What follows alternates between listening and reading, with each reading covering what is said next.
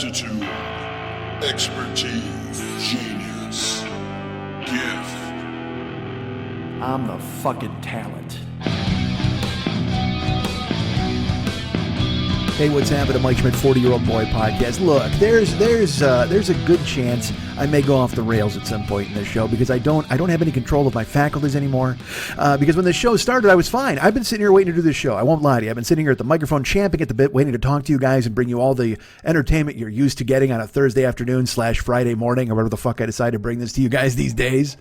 But then I'm sitting here, and all of a sudden, I have to tell you, just in case things go terribly wrong, and you hear it, there's like, what the fuck's wrong with Mike? I just took a blow to the head like seconds ago. Right when I was starting this goddamn show, all of a sudden I got cranked on I got sculled. That's what I'm going to use it right now. I'm going to tell you I got sculled. We're coming to you live. We're coming at you live. We're coming to you from a new location, because this show, look, we're trying to jazz it up, folks. It's year 12. I don't have a fucking cousin Oliver I can bring in here, so we got to go to different locations and bring you the show from different rooms. Maybe I do that at my apartment. Once we're in the bedroom. Once we're, actually, we tried to go on location for a couple of years, and that broke bad. Honestly, I would do naked shows from my girlfriend's bed, and everybody's like, wow, that's fucking weird, weirdo. And then they stopped listening to the show, and here we are, year 12. I persisted. I hammered through. I was doing fucking naked shows in my ex-girlfriend's bed for you guys, and I lost all of you, and now I'm still here fucking doing it. Now, I'm wearing clothes today, certainly, but I think I'm bleeding. I could be bleeding out the top of my fucking skull. I'm not sure. I might have to check. I might have to call a physician. Is there a show physician? Is there a podcasting physician in the house?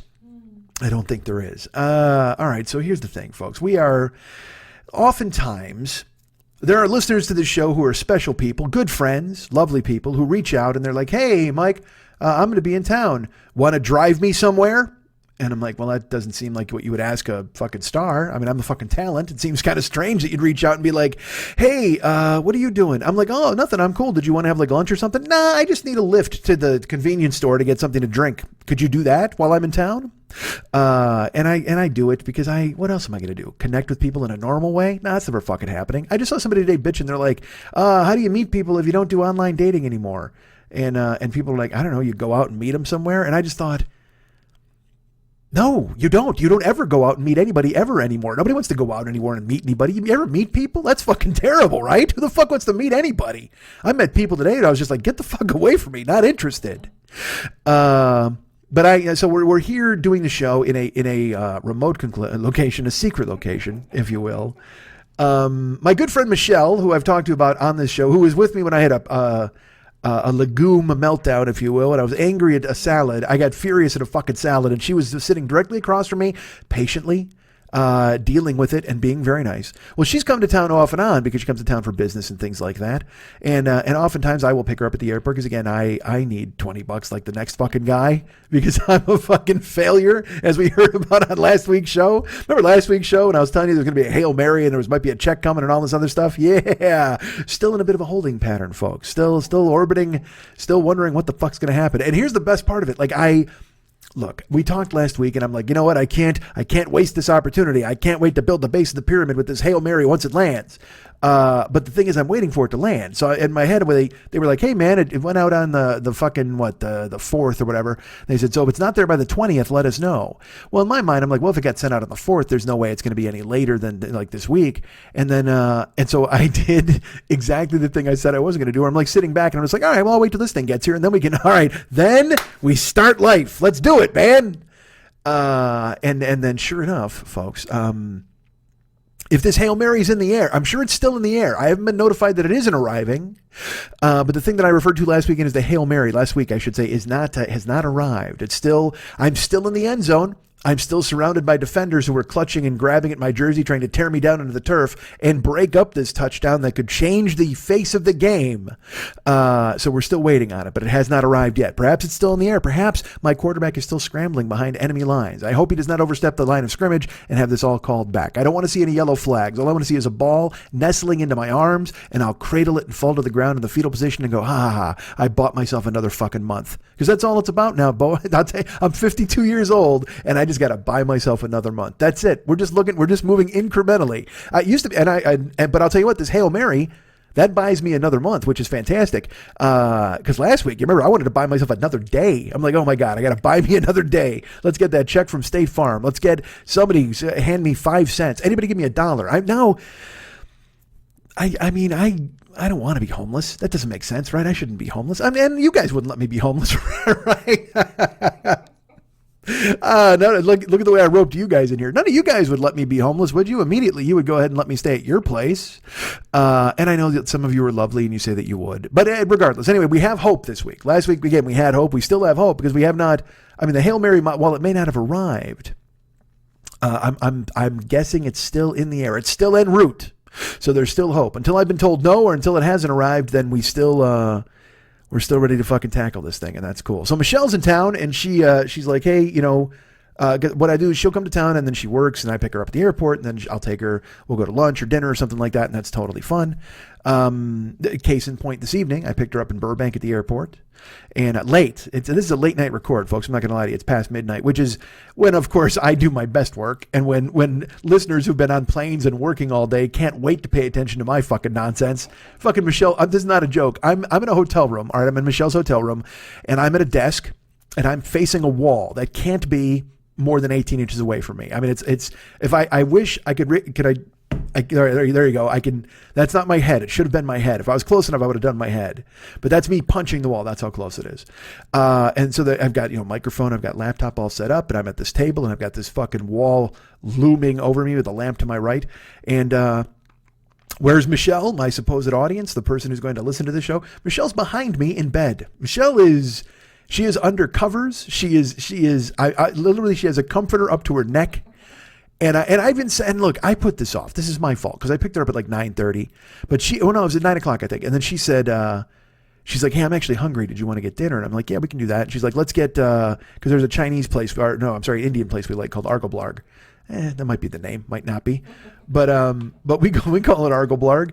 And so whenever she comes to town, it's occasionally that's our stop as we go to Argo Blarg. So she's like, could you just get Argo Blarg to go and we'll take it back to the hotel room? And I said, sure, I can do that. So we called them up. And by the way, when I say I could do that, I mean, I placed the order, and the lovely Michelle, because I don't want you guys, because this is, dudes, all right, I told you last week, like where I'm at and cash-wise and all that kind of fucking stuff. So now anytime I tell you I bought something or I did something, I feel like I owe you this fucking weird explanation where I'm like, yeah, no, it was weird. I had a hamburger. I dug out all the change out of my car and it turned out I had just enough for a hamburger. Okay, everybody? Like, I need to get your fucking approval. When in reality, if I want to buy a fucking hamburger, I'm going to buy a fucking hamburger. All right, back the fuck off, man. Step off, Gigantor. If I want a fucking hamburger, I didn't have a hamburger. But she was like, let's get Indian food. And I said, of course. And then because look, I'm a gentleman. I paid for it over the phone with my card. And she immediately Venmo'd me the money after because I told her that I would be kicked into the street if she didn't. What a fucking failure. I wish that wasn't even true. I'm not even joking. I'm like, yeah, you know what? I'll pay for that. She's like, well, if you want to just take my card, I go, no, I don't need your card. I got my card's in the phone. It's totally easy. And then I literally turned on the dome light in my car and I looked at her and I go, but I mean, I'm really fucking broke at this point. I just wait. And she's like, don't worry about it. I got it. I said, all right, but I can do it like this. It's totally easy. She goes, well, I'll just Venmo you the money. And she goes, how much was it? I said, it was $44. Michelle, big spender, sent me $45 and gave me that extra buck. Look, I don't feel good about this. Quite frankly, I feel terrible. I won't lie. I feel terrible about being handout Nelson. I don't want to be that fucking guy who's just like, oh yeah, it's could you just pay for my Indian food, please? What a weird thing. There are homeless people in the street who are like, I need a comb and a shower. I'm like, hey, can you get me some lamb vindaloo? Is that possible? That's what's gonna be on my cardboard sign. When I'm at a fucking rest stop or I'm in the fucking freeway, I'm gonna have a cardboard sign that just says, any little bit of lamb vindaloo helps. Pull over, please. That's it. That's all I want. I want something made in a clay pot. Could you do that for me? I don't need anything that's like soap or anything like that. I need you to get me something with an Abu Galoob or whatever the fuck that thing we order is. So she generously, then she said, I got this, and she wound up paying for the Indian food. And then we came here. And we get into the room. She was supposed to wait for me in the lobby and she left, which was fucking weird, but that's fine. Go ahead and do what you got to do. She's like, I'll wait for you in the lobby because I had to go park. I said, great. And I get in the lobby. There's nobody there. Just a bunch of, because also I'll tell you this, I'm carrying a bag of fucking chicken curry and a microphone. So I don't look that suspicious, right? And then people are staring at me in the lobby like I came in to bomb the fucking joint. And then she texted me and she's like, I had to go upstairs. And I said, fuck. So then I came upstairs and I came into her room. And then we had just a fucking pile of Indian food, which is delicious. But now, again, you know me, I don't like to eat before a show, but now I got a fucking, I got, what do we get? Lamb biryani. I got lamb biryani. I got Abu Ghaloob. Which is it Abu Ghaloob? I think it's actually, you know what? It is Abu Ghaloob. And Lindy England she grabbed me by the balls and pointed at me while I ordered it. Oh, it was terrible. I had that fucking Abu Ghaloob with Lindy England lighting a cigarette and give me the 2 thumbs up. Thanks. And then we got, of course, a chicken curry, and we got some Crispies, and we got a cucumber raita. And it's delicious. It's Indian from Argo Bar. Go ahead and look it up. But we eat that. So then we eat that here in the room. And then we sit here talking, you know, because again, I don't get to see Michelle once every 6 weeks or whatever the fuck when she comes to town for business. So I'm like, how you doing? What's going on for Thanksgiving? What's going on at your place? How's it going to be? And she's, I'll tell you, here's news you guys didn't know about. Michelle possibly moving in with her boyfriend. Check that out, guys. How about that? Look at that turn of events. And the weird thing is she and I talk about this every time I see her. I remember when she told me she just met this dude. And now we're sitting here talking and she's like, yeah, you know, me and the boyfriend, we've been talking about moving in together. And I got this weird, like, disapproval thing inside of me where I was kind of like, it seems a little early for this kind of thing, doesn't it? When in reality, she told me this a year ago, but I mean, I only see her once every 6 weeks. So we've had, 10 conversations or whatever the fuck since she told me. And for me, I'm just like, Jesus Christ, now you're already moving in with this goddamn guy? But it's been over a year, for fuck's sake. Of course she's moving in with this goddamn guy. Why shouldn't she be? And they're doing Thanksgiving together, which is going to be, first of all, they're talking about moving in together now, and then they're going to do Thanksgiving together, and then all of that talk's going to go out the fucking window. They will not be, they're not moving in together. They may never even get together ever again, because they're hosting 25 people for Thanksgiving. 25 fucking, that's, you know what that is?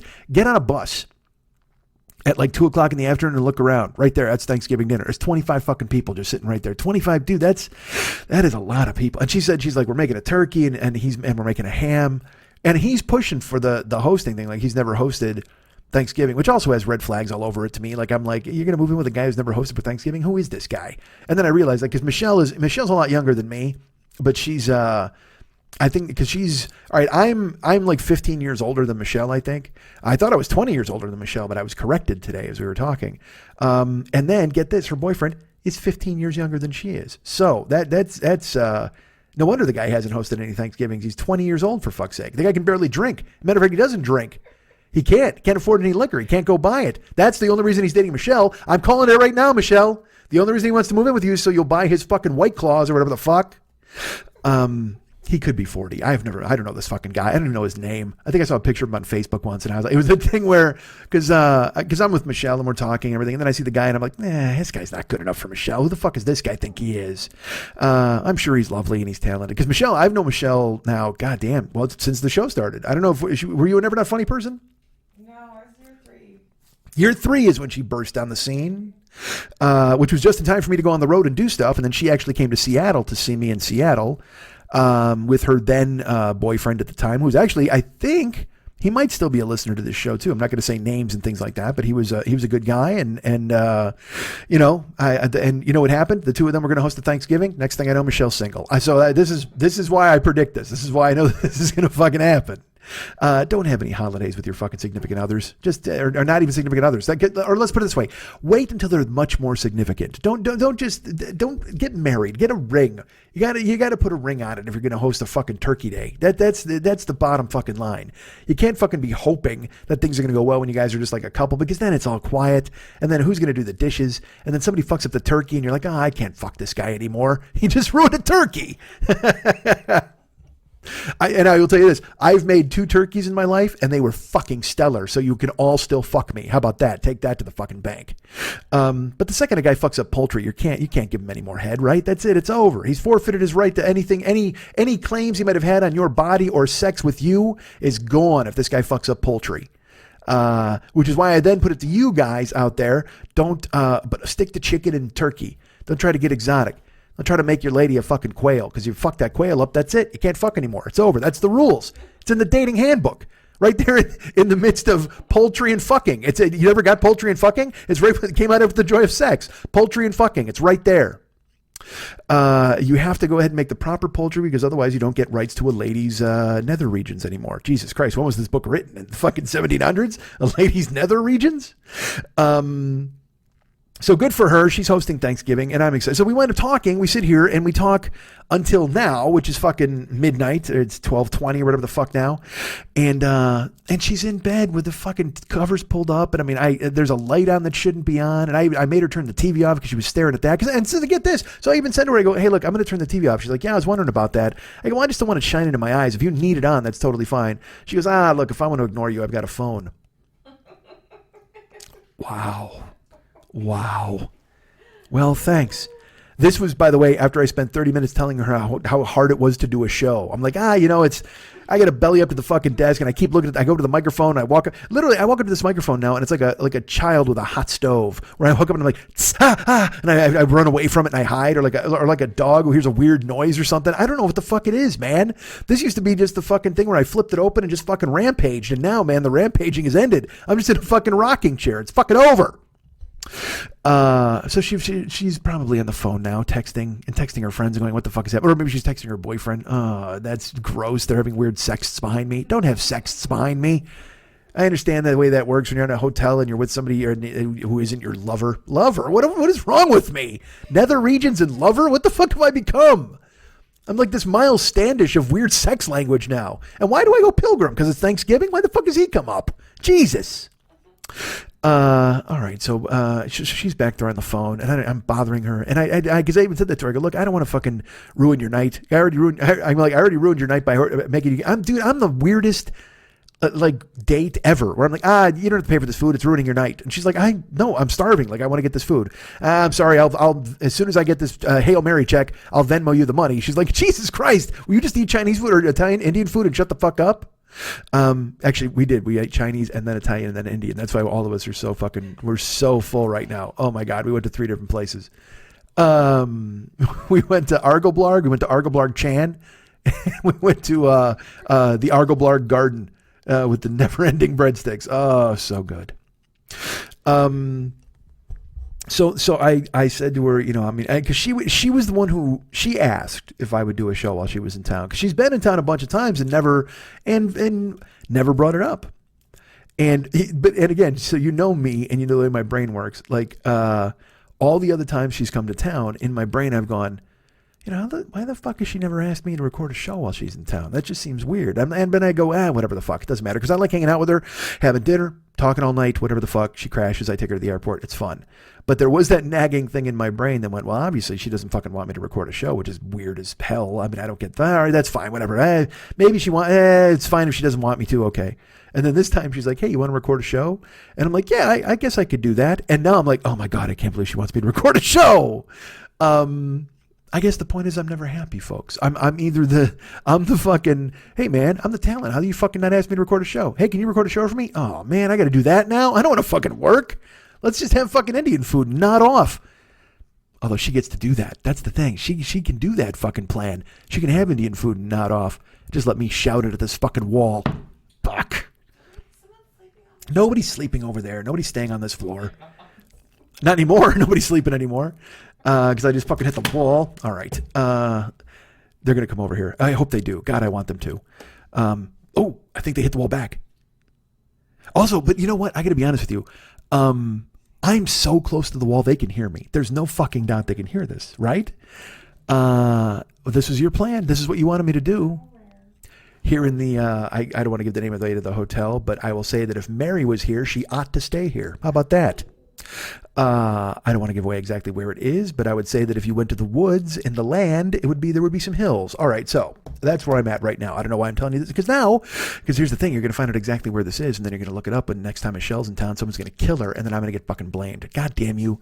Why? Michelle, hopefully you won't die. All right, so I'm laughing at this person next door. Like we think the 3 knocks are going to bother them. I'm literally shouting into their ear. I'm shouting through the fucking wall. Just this fucking concussive wall of sound is banging through. All right, so, So Michelle and I are here, and she wants to go to bed, and I'm trying to hustle this up and get it through as fast as I can, even though she doesn't really want that, and she's being very nice and telling me she wants me to record, but who knows?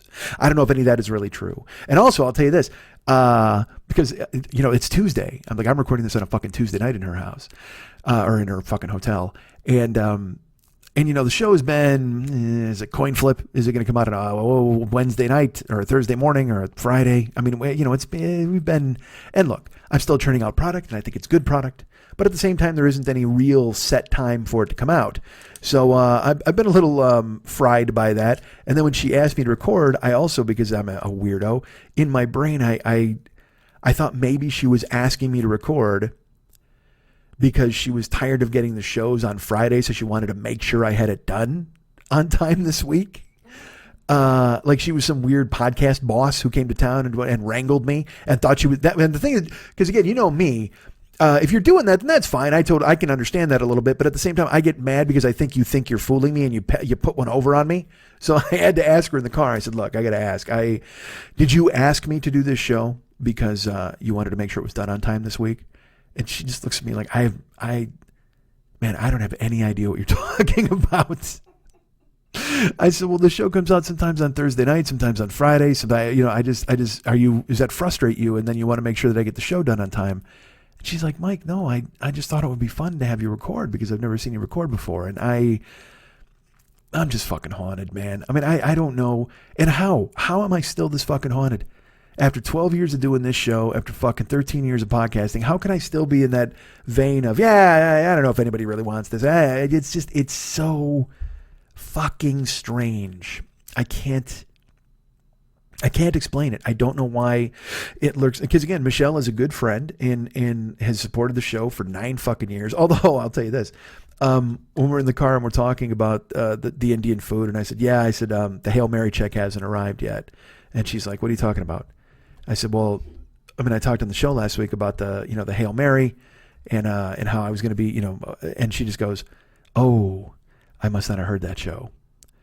And, what the fuck, man? What are you doing with your life that you haven't listened to my show yet? Because I will tell you this, just before that in the conversation, I said, how's it going? She goes, oh man, I'm traveling all over. I was in St. Louis for business. We were there for a couple of days and now she's here. She's traveling. She goes, the only good thing about the traveling is I'm finally caught up on all of my podcasts. And I said, that's fantastic.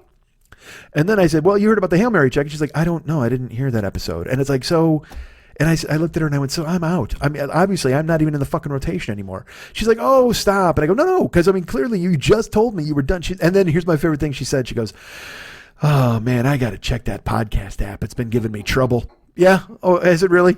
Has the podcast app been giving you trouble? Please. Oh, Christ. But I love Michelle. I'm glad that she asked me to do this show. She's very kind, and now I'm shouting in a void and keeping her from going to sleep. So we'll do what we can to hopefully fucking, I don't know, finish this as quickly as possible so she can crash. So the Hail Mary check has not arrived yet. We're still trying to figure out what the fuck's going to happen there. I still have the mailing list thing that I told you guys about last week, right? That thing's happening. That's a possibility.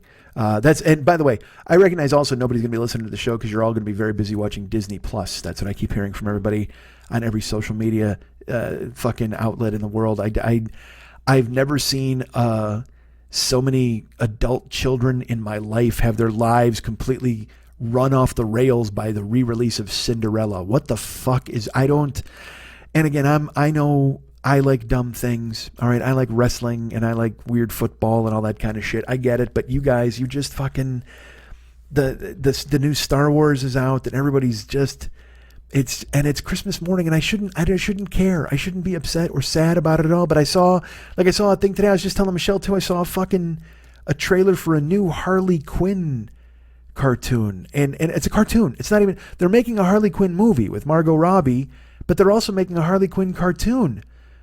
And she's like, and this is the thing that drove me crazy about it, was the ad I saw was they were like, Harley Quinn, a TV series, unbelievable. This might be the most anti-kid thing DC has ever done because it's filled with swears.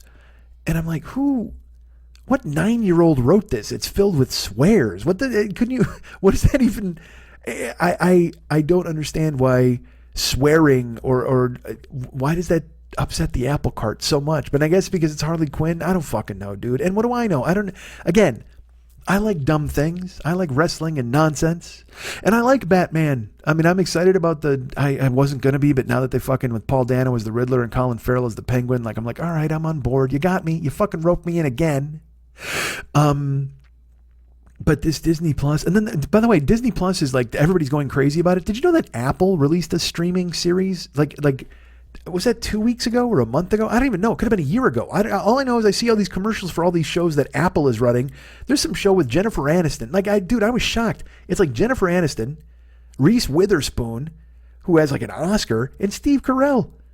These are the 3 stars of this fucking show, and it's only on Apple, which I don't know if that means I can only watch it on my watch. I mean, I have no idea where to find it, but it's another streaming service that Apple has, but it's been destroyed already. Disney came along and just stomped their fucking guts out. And this is Apple, who, along with Google and fucking everybody, they own, and Amazon, they own the fucking world. Disney, Google, Amazon, and Apple.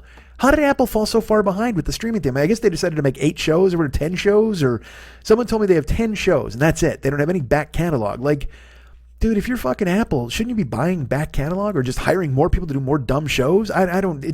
You knew Disney was coming. They're the fucking big swinging dick, which probably is not the best way to describe the Disney Channel. I would imagine the big swinging dicks. But actually, you know what? They did find that. They got the Apple Dumpling Gang and the big swinging dicks. They found that. That was a movie from 1971. It was actually about a jug band, and they wouldn't go on the fucking road. It was great. So I don't know. So I hope you're listening in between jerking off to the Mandalorian or whatever it is you're doing with your life. But you might not be, which is totally fine. That takes the heat off me, for fuck's sake. And it's a holiday fucking time anyway. Nobody listens during the holidays. Yeah, that's a lie. Everybody listens. Even next week. Because I mean, there have been times on like Thanksgiving where the show came out an hour later and everybody's like, what the, is no show today? No show today? I'm like, no, it's coming. I promise. Because you're all very nice and everybody keeps me honest and they're lovely. But I I'll be in town for Thanksgiving, so then I'll do a show. Why do I have to assure you I'm doing a show? I have no idea. But yeah, so here we are in a fucking hotel room waiting to get killed by the guy next door. I have a big weekend coming up. I have I have friends coming to town. All right, let me share this with you real quick. My friend, I don't know if you know this. I like football. I like NFL football, and I like the Chicago Bears. That's a team that I enjoy.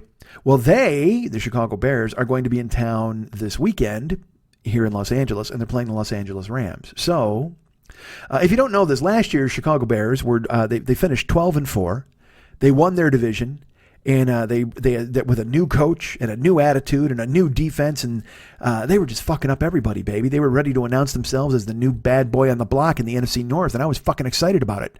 12-4, won the division. Lost their first playoff game at home, of course, but still, to win a game and to win 12 games and they had a young quarterback who everybody loved and was like, all right, well, you know what, and by the way, when I say everybody loved him, they didn't really. They gave him a chance, and last year he made the Pro Bowl. Granted, 4 guys had to die in a skiing accident for him to make it, but he still made it. And so coming into this year, the Bears made a bunch of moves in the offseason. They got new running backs. They were bringing in these new guys at the fucking receiver, and everybody was like so excited. And I don't know if I don't know if I covered the first game of the year. I can't remember. I literally can't remember if I spoke about it. But they lost, and they lost poorly. They lost at home on national TV to their greatest rival, and they only scored 3 points. It was a debacle. And I would talk to people, and the thing is, with Chicago fans are really quick to go, well, they suck. This sucks. It's over. They because people try to inure themselves from caring, because they don't want to be burned later in the season. So they want to get ahead of it. They especially, and you know what, every fan base may be like this, but Chicago is the one I'm familiar with, and they try to do that. They try to get ahead of the hurt. So immediately they declare, oh, they suck. Obviously the Bears suck, and this guy sucks, and that's terrible. And that is exhausting. There's the only thing more exhausting when people are going, they suck, or they're this, or he's bad, or they fucked up, or their management sucks, or why don't they do this? Because I know everybody's got a fucking idea of what they should do. They should run the ball more. They should do this. Shut up. You're a plumber. Shut the fuck up. But everybody has an opinion. Everybody says, well, they should do this, they should do that. But also everybody says, they suck. Oh my God, I can't believe they suck. Now, the only thing more tiresome than people saying they suck all the time is the people who try to explain to you why you should have hope and you shouldn't give up right away. And I'm not one of those. I try to just be, whatever it is, it is. It's just football. I can't anymore. You know, when I was a kid, maybe it'd be a different story. I'd get upset about it and I'd be worried. But now I can't. I invest too much, and sometimes I'll wind up. I've done shows where I invested too much and I cared too much, and then they lost, and you're like, fuck. And that was kind of what it was like the first week of this season, where they lost on a home game to their greatest rival and only scored 3 points. And I tried to tell people, I was like, look, this is a disaster. And everybody's like, it's just the first game of the season. I'm like, no, you don't understand. Here's why it's a disaster. Because last year they burst out of the scene and they won 12 games. And everybody's like, oh man, what a surprise. Well, this year they came in having won 12 games last year, and they needed to reestablish themselves as being for real and not just some fluky one-year wonder. And you lose game one at home and only score 3 points against your greatest rival. You hold a Hall of Fame quarterback to 10 fucking points and you lose. It's a disaster, man. It is a fucking complete collapse. And people were, I didn't really beat it to death, but when I would talk to people, I would say, look, this is really bad. Like this is, and like I said, people would say, oh man, this is just one game, you know, now they're 0-1 in the division and they lost at home to the Packers who they'll have to play later. It's just a mess. It's a mess. And, under the guise of, well, this is just one game, you go forward, you think they're going to be better. Well, then they won their next 3 in a row. So I was like, all right, well, they're 3-1 and I can deal with that. But then they've lost 4 in a row since then. And they finally won on Sunday. Whatever. The point is, they stink. They're just fucking okay. But before the season started, when it looked like they were going to be really good, my friends and I, because they're going to be here in Los Angeles, my friends and I were like, hey, we got to go. I even wrote the guys. I go, you're coming, right? We're doing this. Yes. And my friends were like, yeah, we're all doing it. So I have a bunch of dudes coming to town. And by the way, I tell you that now, so you don't think that I bought a Bears ticket when I don't have any money after last week telling you about the Hail Mary. That's why I explain everything to you. So you realize that we bought these tickets in fucking June. All right. When they came out, please don't think that I'm like, you know what? I've given up everything. I sold my computer to buy tickets to a Bear game. It's not that fucking kind of thing. You know, I might be mooching Indian food off of fucking Michelle, but I mean, I paid for these tickets back in fucking June.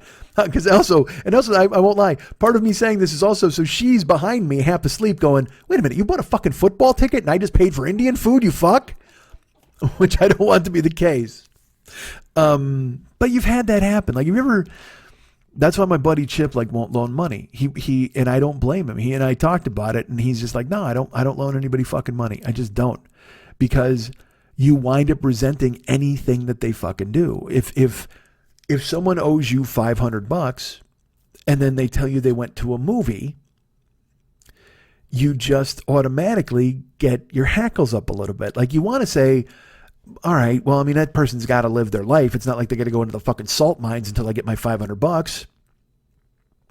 But at the same time, that person shouldn't come around you and go, hey, man, I saw this movie last night, and then we went to a concert, and then we stopped for ice cream, and it's like, you motherfucker, you owe me $1,000. I'm not even going to call it $500. That makes it sound like too small. You owe me $1,000, motherfucker, and you're going to see fucking the new Aladdin? What the fuck? So I recognize that, like when it's just a natural instinct when you hear if somebody owes you something or someone and then they do something for themselves, you just immediately get your hackles up. You're like, Jesus, that's fucking weird. I thought you didn't have any money. And look, it's a poison and it's in all of us, but it shouldn't be, because people should still be allowed to live their lives even if they owe some money to somebody. And especially if it's your friend or somebody you know, you don't want to be like, oh yeah, I don't want my friend to ever enjoy their life until they pay me back the money, which is why Chip is just like, I don't give anybody any money because I don't ever want to have that feeling. I don't ever want to have to look at my friend and go, why the fuck are you having a sandwich? And that makes total sense, at least to me. So Michelle, I bought this ticket in June is my point. It wasn't like I was shopping. Well, you know what? I got to be honest. When you went and picked up the Indian food, I actually went to StubHub and bought myself a Bears ticket. I was in the car. I took out my phone and did that. I was like, ha ha, look at me saving money. I just got $24 worth of fucking Argoblarg for free. So my friends are coming out here this weekend, and it's some members of the UN of Evil. Our buddy Mex is not coming, but it's Evil Dennis will be here. Big Guy will be here. Jimmy O, Woj. Those are the guys from the UN of Evil. And then our friend Eric is coming as well. And so, they're going to be here. They get here Friday, and then they're here through, I think they all leave Monday or something like that. So, they're coming to LA. And I think I've talked about this before, where we all got together in Arizona for spring training. They're coming out here to Los Angeles, and we make plans for them to come here in LA. Now, look, get ready to laugh at me. I get it. But you know me, and you fucking know me. My friends are coming here this weekend, and I get an email from our buddy Eric, and he's like, "Hey, dudes," because he's done work out here. He had to work at a certain hotel, and it was down near it was in West Hollywood. And he had worked on this hotel, and so he sends out. Now, look, they're coming. Now, my friends have not. They've all come here one at a time. Mex has never been here, so I was, I was a little fucking disappointed that Mex didn't come out for this trip. But I got it because again, he has a family trip to Arizona, and he also does spring training with us and stuff like that. It's like, not everybody can just get on a fucking plane, man. He's got responsibilities. He's got a kid in college, another kid in high school who he has to pick up and be with every day. I mean, I fucking get it, but it's a drag because again, he's never been to LA. So it would have been cool. But Dennis has been out here individually. Jimmy O's been out here individually. Big Guy's been out here. They travel sometimes for business, that kind of thing. Well, Eric, it turns out he had been traveling out here for business quite a bit, and he was staying at this hotel in West Hollywood. So my friends are coming to my town, and they're coming for Friday, Saturday, Sunday. I was excited to go, and just go look. Now, look, I don't know a bunch of fucking places. I'm not going to take them to the Abbey, you know what I mean, where go-go boys are dancing on the bar or whatever the fuck. But if you know anything about me, I know where all the fucking good restaurants are in town. I just do. I mean, I'm fat. It's like, never mind. I was going to say, I mean, it's not like I'm going to find you the good pussy in town, but it's like I'm either thinking about eating food or pussy all the fucking time, like literally.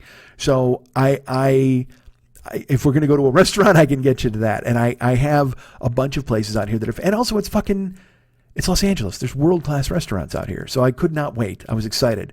Get my friends here. I figure Friday we'll go to a place, and then Saturday we'll go to a place. Sunday's the game. Going to be fun because they're getting a big fucking Airbnb. It's a whole fucking thing. So everybody says they're in for the trip. We get the tickets, and then I'm not like a fucking week later because we hadn't even started to make plans. This is back again, like I said, in June.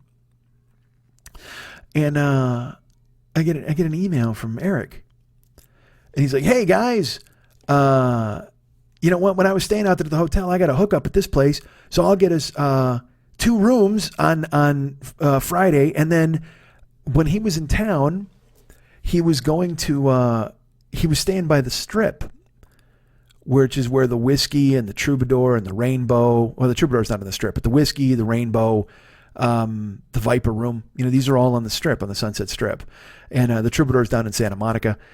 Or on Santa Monica Boulevard, not in Santa Monica, blah, blah, blah. So he sends out a fucking email. And he's like, dudes, oh man, when I stayed there, I used to go hang out at Rock and Riley's and they know my name. And like, I met all the bar staff and they thought we got along great. And so here's what we're going to do on Friday. I got us rooms at this hotel, and then we're going to do a strip crawl, man. We're going to go to the Whiskey. We're going to go to the Rainbow. And we're going to go to, the fucking, the Rock and Riley's. And, they got great pizza at the Rainbow, and we're going to go eat there. And this plan takes shape in an email and a text, and I read it, and I'm like,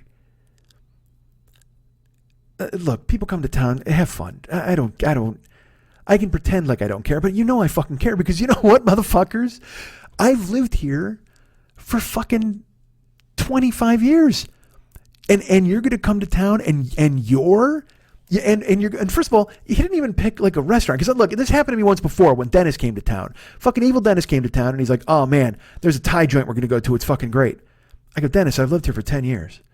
And he goes, yeah, no, I know this place. It's really good. I used to go when I would travel here for business. I go, Dennis, I've lived here for 10 years. I literally Jitlada and fucking Night Song. I know the great Thai places. I've been, and he's just kind of like, come on, pal, I love this place. And I was like, all right. And I deferred 10 years ago. I was like, cool. But this time, because again, it wasn't even like, hey man, there's this cool ass restaurant we're gonna go to. No, it was fucking, we're gonna go to eat pizza at the Rainbow. Are you fucking, who have you been kicked in the head by a horse? What the fuck is wrong with you? We're gonna go eat pizza at the fucking Rainbow. I saw this plan, and then all my friends are like an email. They're like, yeah, cool, all right, because again, my fucking friends don't care. They're like, yeah, cool, whatever the fuck, and I'm like, I'm out. I'm not doing that shit. I'm not on Friday night. I'm not fucking going to that because, dudes, I used to bounce in these fucking places. You know what I mean? Like, I don't need to go eat pizza at the Rainbow when I used to put somebody in a hammerlock just a block from there, for fuck's sake. I don't need to. And you're coming to a city, you're coming to Los Angeles, and you're going to go eat. I couldn't believe it. And I was fucking gobsmacked by it. I was like, what the fuck, man? So I didn't jump in and I didn't say anything. I just, in my brain, I was like, I'm out. I'm not doing that shit. That's not fucking happening. So about a week ago, Dennis starts sending emails around. He calls me. He's like, all right, we got to start making plans, whatever. I go, blah, blah, blah. I go, well, look, I'm not into this fucking pub crawl fucking thing on Friday. He's like, what do you mean? And I said, well, you guys are having dinner at the Rainbow and you're going to fucking watch hair bands and shit like that. I go, that doesn't make any sense to me. And he's like, I didn't agree to that. I go, what are you talking about? I go, Eric sent out a fucking email and texts, and everybody was like, woohoo, yeah. And he's like, well, first of all, nobody was like, woohoo, yeah. Because, look, again, we'll get to, me. One guy says, woohoo, yeah. And I'm like, I can't believe all these fucking guys turned on me and stabbed me in the back. When they didn't really. But at the same time, if one dude did, that's more than enough. Even the very suggestion, how would you dare not come to me and go, Schmitty, what are we doing while we're in your town? Now, let's talk about this for a second. When we were in Arizona, Eric lives in Arizona, and I got to pick the restaurant where we went to eat. Now, probably he was picking the Rainbow as some sort of weird revenge plan he had hatched over the course of several months. Or maybe not. Maybe he's just a fucking lunkhead who's like, I like pizza at a bar. I mean, that's fine. I don't care. Whatever the fuck. But it's like, I just couldn't fucking bring myself to say, yes, I will do that. So I'm talking to Dennis and I go, yeah, dude, you guys are going to fucking, and he goes, dude, we're not having pizza at the Rainbow. I go, what are you talking about? It's in the email. It's exactly what he said. He goes, well, let me throw out a fucking email and I'll get this shit straightened out. But yeah, that doesn't make any sense. So he does, he sends out an email and, he's like, hey, we were talking about this. There's this thing, and he goes, Mike's lived there forever, and he knows he has some great places to eat. So he's going to pick a place, and we'll go out for dinner on Saturday, and we'll go to the game. He goes, I think he said we'll go out. Mike will pick a place for dinner on Friday, and then we'll cook out Saturday at the Airbnb, and then we'll go to the game on Sunday. And nobody replied to the email. Nobody said anything. Not even a woohoo. Yeah, not even one guy gave me a cool woohoo, which pissed me off. So Dennis sends out this email and nobody answers it. And then he and I get about 4 days later, he's like, all right, he goes, let's plan this and let's figure out what we're going to do. And I said, all right, just tell me where we're going to pick up and where we're going to go. I said, look, I need to know how many guys are going for dinner Friday. So I have to make reservations. He goes, oh no. He goes, no, Saturday. I go, no. I go, Friday we're going to dinner and Saturday you're doing that cookout thing. He goes, no. He goes, we're going to cook out Sunday during the football games before the game. I said, okay, well then dinner Saturday. So what are we doing Friday? He goes, oh, Friday. No, we're going with Eric to that bar. So they're doing it. They're fucking going on the pub crawl, even though they said that Dennis said that they weren't. So they're going. They're going. And brace yourselves, dude. Get this. He says to me, yeah, we're gonna go to the Rainbow and the Viper Room and the whiskey and stuff on Friday and see how that goes. And I'm like, well, are you having dinner? And he's like, we'll probably grab something. And I'm like, literally. That's where they're going. They're going to have pizza at the fucking Rainbow on Friday. So he goes, yeah, so pick a place for Saturday. I go, all right, well, so what time? Like 8 o'clock, 9 o'clock? He goes, oh no, dog, you didn't hear? And I go, oh Jesus, what? He goes, oh no, dude, you didn't hear. We're going out Saturday night. There's a band. He goes, get an early reservation because we're going. And I go, what? What are you saying? You're coming to Los Angeles to see who? And he goes, dude, come on, man. We're going to see the Atomic Punks. And I'm in my car, and I'm like, are you serious? He goes, yeah. I go, where are they playing? He goes, the Whiskey. And I'm like, you're going to the Whiskey 2 nights in a fucking row? And he goes, have you ever seen the Atomic Punks? I go, yeah. I go, I've seen them like 3 or 4 times. Because if you don't know who the Atomic Punks are, they're a Van Halen tribute band. They dress up like Van Halen. They sing like Van Halen. They basically try to bring you the early 80s Van Halen experience. And I mean, God love you. I mean, that's, if you want to see a tribute band on your trip to fucking Los Angeles, then go for it, I guess. But also, I'm not seeing my friends. Like, I bailed on Friday already. So I said, so what? So I have to make a reservation. He goes, yeah, make a dinner reservation for 6. And I go, all right, 6 people? And he goes, well, yeah, but 6 o'clock. 6 o'clock? We're having dinner at 6 o'clock on Saturday so we can clear our calendars to see the Atomic Punks. And then be home in bed by what, 9? I don't fucking know, man.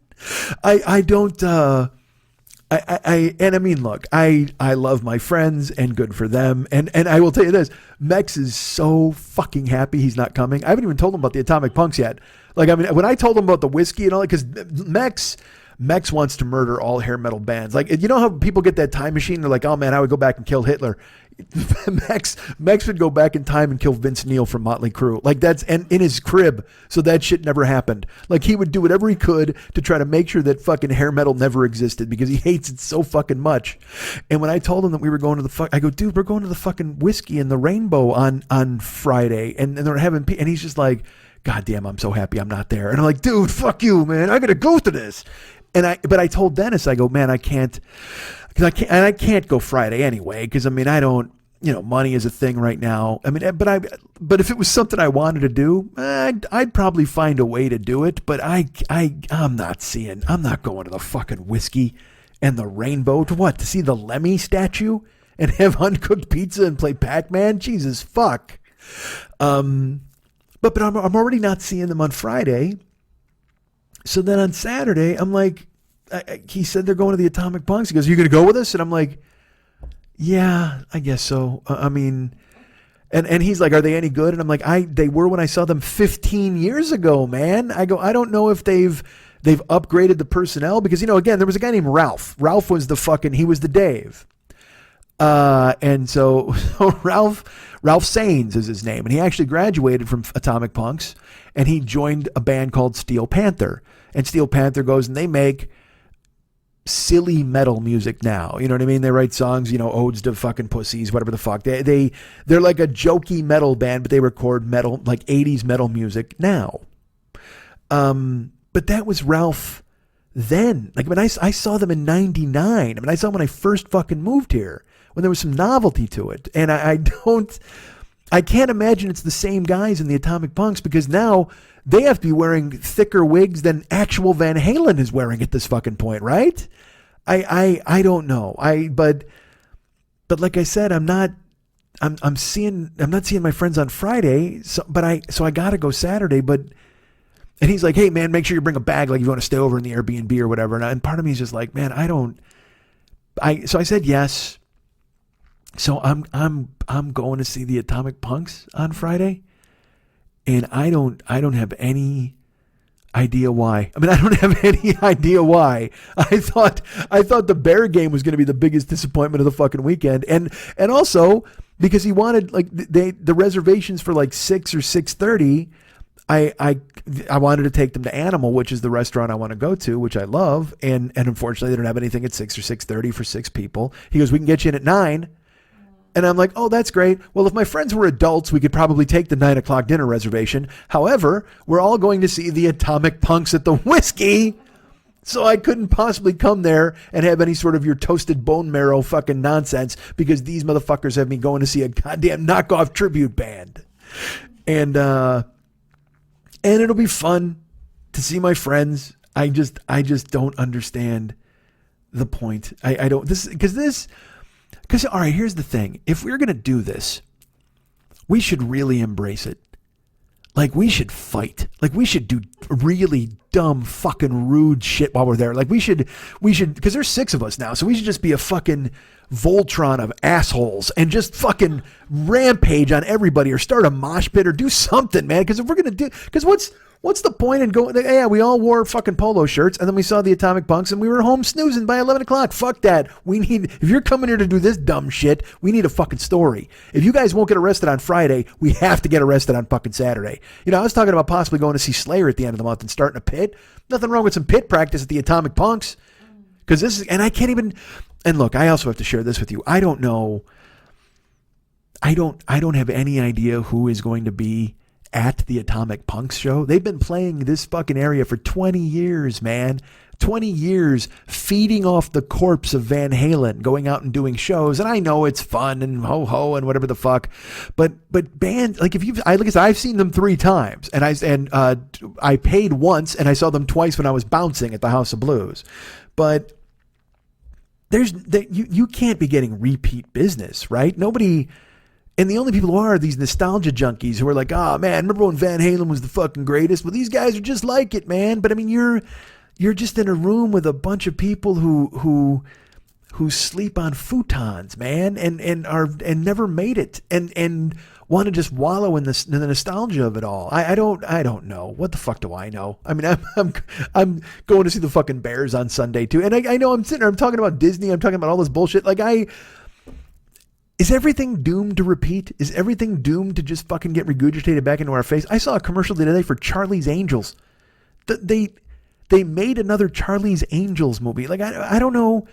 Charlie's Angels was on when I was a kid. I was 10. So that's 42 fucking years ago. That was a property that people would remember. Now, look, did it stick in the pop culture craw? Probably. Do people remember Farrah or Cheryl Ladd or whoever the fuck, Jacqueline Smith, and I literally Sabrina, because I can't think of her name. Kate Jackson. There you go. Is anybody going, is there any nostalgia for Charlie's Angels to the point where people are like, oh my God, I hope they remake this again? Because didn't they remake it once before? I think they remade it with like Drew Barrymore and Bill Murray got into a fight with Lucy Liu and all that kind of fucking bullshit. And now they're making it again. And it's the chick from Twilight. And then it's, I don't know if it's, look, I don't know who else is in the new Charlie's Angels. I know Charlie's there. There might be a Bosley. I don't fucking know. But it's just, they got wigs and changes of clothes. And what is this for? Who is this for? And again, I shouldn't talk. Last week, I watched a guy throw another guy into a barbed wire bed. So, I mean, I saw a guy take out a barbed wire broom and sweep another guy's back and cut him to fucking shreds. So what the fuck am I? I can't judge what you like. I saw Rambo. I paid to see fucking Rambo in the theater with Pat, because I just felt like I had to. I was like, all right, let's close this fucking chapter. And then those shitbags, and I'm going to spoil Rambo for you right fucking now. Because Rambo, again, it's exactly what it should be. Rambo is it's just a movie where Stallone gets to be a fucking monster. That's the way he's just Frankenstein, but he was in the army. That's all Rambo is at this point. He's just like, and then they light fire and he's scared, and then he hides in the tunnels, and then the Viet Cong go back into his brain, and then he kills some guy with a staple gun. Like, literally, it's just, that's the kind of shit that he does. And that's exactly what it should be. I'm going to tell you this right now. There was a scene in Rambo. I don't want to spoil it. I'm just going to tell you this. Things get out of hand in Rambo. How about that? If I go, I don't want to give too much away in case you're planning on renting it or whatever. But I'll just tell you this: things don't go well for Rambo in Rambo. That's what I'll tell you, because it seems like, normally if I'm going to tune into a Rambo movie, he's got his new house and he's plowing the field. He trains a horse, and there's a calm, and he's excited, and he's got a Latina maid, and she makes him some fucking pancakes. He talks to her in Spanish, and I'm like, you know what? This might be the movie where everything goes well for Rambo. This actually might be the movie where everything turns out all right. Well, it would have, unfortunately. Oh, but here's my favorite. All right, so Rambo's got, it's not his daughter, but it's like the daughter of a friend of his, and he's raising her as his own because she died, and her husband was a shitbag, and he went back to Mexico, whatever the fuck. And so Rambo has to take care of this little girl. Now this little girl realizes, she's like, I have a dad, and he's in Mexico. I want to go visit him. And Rambo's like, and she's like, I'm sorry, what's that? And he's like, you really shouldn't do it. And she's like, I can't. And he's like, I don't think you should do that. And she's like, oh, okay. You don't think I should do that? I got it. And he's like, you don't understand. She's like, what? And you don't understand. And she's like, he's like, you don't understand. And she's like, oh, okay, I don't understand. All right, good. And then he talks for like a half an hour, and it just sounds like somebody hitting puppies in a rug with a tennis racket. I mean, I don't know what noises are coming out of Rambo's mouth, but so, what's that noise? Are you shifting? That's okay. I thought it was it sounded like waves. Michelle's like rolling over in the crisp linen, and it made like a wave noise. And I honestly thought there was like a wave approaching the window. Like I was like, what the fuck? Are we getting, you know what? Because here's how I handle my podcast from now on. Because it's getting done on time this week, the Blue Angels are doing a flyover. So they're very excited about it. They're commemorating this moment. So this girl, of course, she listens to Rambo for about 9 seconds, and he goes, she's got a party that night, and he's like, why don't you bring your party over here? She goes, what do you mean? He goes, yeah, you can show him the tunnels. So it turns out Rambo has this house, right? He's got this fancy house, and he's living the life of Rambo, which is fantastic. But because he's still Rambo, he's built a series of Viet Cong tunnels under his house that lead to his barn. And I laughed out loud when they showed them, because he literally goes down in the tunnel, and I'm like, oh, so the guy who was so traumatized by Vietnam that they had to make 4 movies about how he was trying to get it out of his system immediately goes to his new home in Arizona, and he digs a series of complex Viet Cong-like tunnels underneath his property. All right, makes sense. Sure, why not? Well, if your days are long, you got to go ahead and find something to do. So he does this series of tunnels, and the kids come over, and she's like, oh, thank you so much. It was really nice. And then the next morning, she's like, I'm off to school now. And she packs, 2 days worth of clothes, and he's like, oh. And she drives off to Mexico, where she is taken kidnapped by human traffickers. And then Rambo has to go down there, and he's looking for her, and one thing leads to another. But here's the best part. Because I'm not shitting on this movie. I liked this movie. And actually, here's where I'm at emotionally these days. I actually teared up a little bit at the end of this movie, because they were closing the door on a guy that meant something to me when I was a kid. Not meant something to me, but I was like, I watched all of the movies. It was like the closing of a chapter. And in the movie, you feel bad for him, because again, I may be too much of an empath. Perhaps I find empathy where it shouldn't be, but I actually felt bad for the character of Rambo, because in my brain, I was like, Nothing good has ever happened to Rambo. Nothing. He went to the military, and he was, trained to eat things that would make a billy goat puke and do all of these terrible things, and he's murdering people and torturing them. Then he gets kidnapped, and he's being murdered and tortured. Then he comes back to America, and Brian Dennehy tries to kill him, and a fucking old dude who looks like a Muppet tries to murder him. They blast a fire hose on him, and then he hides in caves, and then fucking Troutman has to come and save him. And then he winds up going back to Vietnam to try to get prisoners of war. And then he winds up in Colombia. Whatever the fuck. All the terrible things have happened to Rambo. And nothing good. And so in this movie, he finally is settled down, and he actually loves the maid as if she was his own mom or sister. And he loves the little girl like his own daughter. And, terrible fucking things happen to everybody, man. And they don't fuck around either, by the way, because you think, well, Rambo's going to save this person, and then Rambo doesn't fucking save that person at all. But here's the best part. I have to share this with you, and this is worth seeing. If you're like, I'm on the fence about Rambo, it's worth seeing it for this reason. It has creative violence, which I enjoy. I like creative violence, and it has one of the most violent things I've ever seen in a movie that looks like something that could really happen. And you've always wondered if it would ever happen. And in this movie, they show you, yeah, this can happen. Rambo finds the guy who actually kidnapped his faux daughter, the girl that he takes care of. And he takes the guy out to an SUV, and he fucking pins the guy against it. And Rambo's not subtle. All right. So he literally just looks at the guy, and he's like, "Donde está?" And he holds up the girl. I think he says, "Donde está?" I don't know, something like that. And he holds up the picture of the photo of the girl. And the guy's like, "Pinche otro." And he's like, "Donde está?" And then he just fucking jams his Rambo knife into the guy's thigh. Like, there's no parlay. There's no, excuse me, sir, could you tell me where she is? Or there's no, tell me where she is or bad things will happen. He says, donde está once. The guy's like, fuck you, man. And then he goes, donde está? And he jams, that big fucking Rambo knife, that thing that's as thick as a fucking, like a vertical blind. You know what I mean? Like one of those fucking things. It just goes and plunges right into his fucking thigh, man. And then the guy's like, "Hey!" But then the guy still won't fucking talk. Now I got news for you, man. If you put, if it was a butter knife, you put it in me, and I'm fucking yammering. But still, the guy wouldn't talk. So then Rambo goes, all right, donde, and he fucking, all right, I want you to do this right now. Reach, touch your neck, and then feel your collarbone. Okay, your collarbone's right there. Now, put your finger on the inside of your collarbone and press down a little bit. Not a lot, because it's going to fucking hurt if you do it.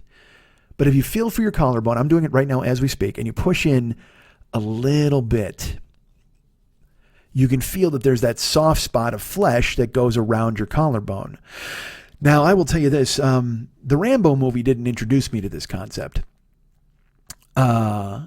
I'm watching in the Rambo movie, he's got the guy pinned against the SUV, and he takes his thumb, and he's like, donde está? And he jams his thumb into that soft part of the flesh around the collarbone. And he continues to plunge it in, and he fucking breaks the skin, and blood starts pouring out. And he grabs the dude's collarbone with his thumb and his hand, and he just fucking cracks it out of the guy's fucking body with the noise. You hear the noise, like the snap. And then the guy's like, ay! And here's, shockingly enough, then the guy's ready to talk. So Rambo goes thumb in deep into the fucking flesh, grabs the collarbone and snaps it the fuck out. You see white and red. You see the bone. It's just fucking, it's absolutely gorgeous, gratuitous violence. And it had to be in there. It's so perfect.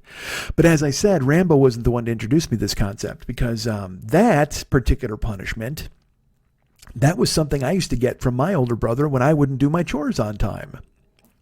I think I've mentioned before the special tortures that you get from your brothers or whatever the fuck. Well, when I would be asleep, if my brother would wake up ahead of me, he would just punch me in the legs until I got out of bed. Like literally as hard as he could, in my thighs and my calves, just punching me over and over because I wouldn't get out of bed to go to school. And he would just fucking wail the shit out of me. And then the thing with the with I was being a smart ass or whatever the fuck, or I wasn't doing my chores, or just because it was Wednesday, my brother would come up behind me or in front of me, and he would just jam all four of his fingers into the soft spot of where my flesh is and grab, like literally. You ever see in football when they grab a guy by the shoulder pads and they're kind of, then you can control them? I got news for you. You can really grab somebody by the collarbone and control the shit out of them. You can just, if you get somebody's collarbone, they're going exactly where you want them to go. And he would literally bury fucking all four fingers in right by my collarbone. And I'd be like, and you try to, and you couldn't get away. Like you couldn't go low enough because his fingers are just going right into your goddamn skin. Not a fun thing. I'm assuming this isn't the show Michelle thought she was going to get when she had me come to the hotel room. She's about to go to sleep and get up for work tomorrow with the thoughts of collarbones snapping in her ears. And let me tell you, if you ever come to town, this is the show you can have in your hotel room, ladies and gentlemen. Go ahead and hire me and I'll come over and fucking talk a blue streak about Rambo fucking burying his thumb into your goddamn collarbone and making you bleed. Look, how many times do you get to talk about fake Van Halen and a snapped off collarbone? Not often enough. Certainly not with a talented guy like myself. Oh, I'm Vic. And I'm Vinny. And we're the Screw Brothers. Screw Brothers. We had an amazing weekend planned at the House of Filth. Two dynamite ladies were joining us. Sabrina Vitale from Canada and amazing Amity Armstrong from the Bay Area. Oh. And guess what? Guess what? They canceled. Yep. Yeah, so we still got all their DVD titles on sale. Stuff like The Erotic Adventures of Lady Puddleback, The Bukkake Horror Picture Show, The Girl with the Dragon Vagina, Labia Lapping Lollygaggers, Return to Boner Mountain, Ass Burrito. and as always, first 25 people to come in and mention the 40-year-old boy get, I don't know, something sticky. So remember, come on down this weekend to the House of Filth. Man, women will break your heart. That it sure will. But also remember that it ain't filthy. Broken. What? Unless it's screw filthy. Hey man, let's chat. Huh? What do you say? You and me. What about it, sport?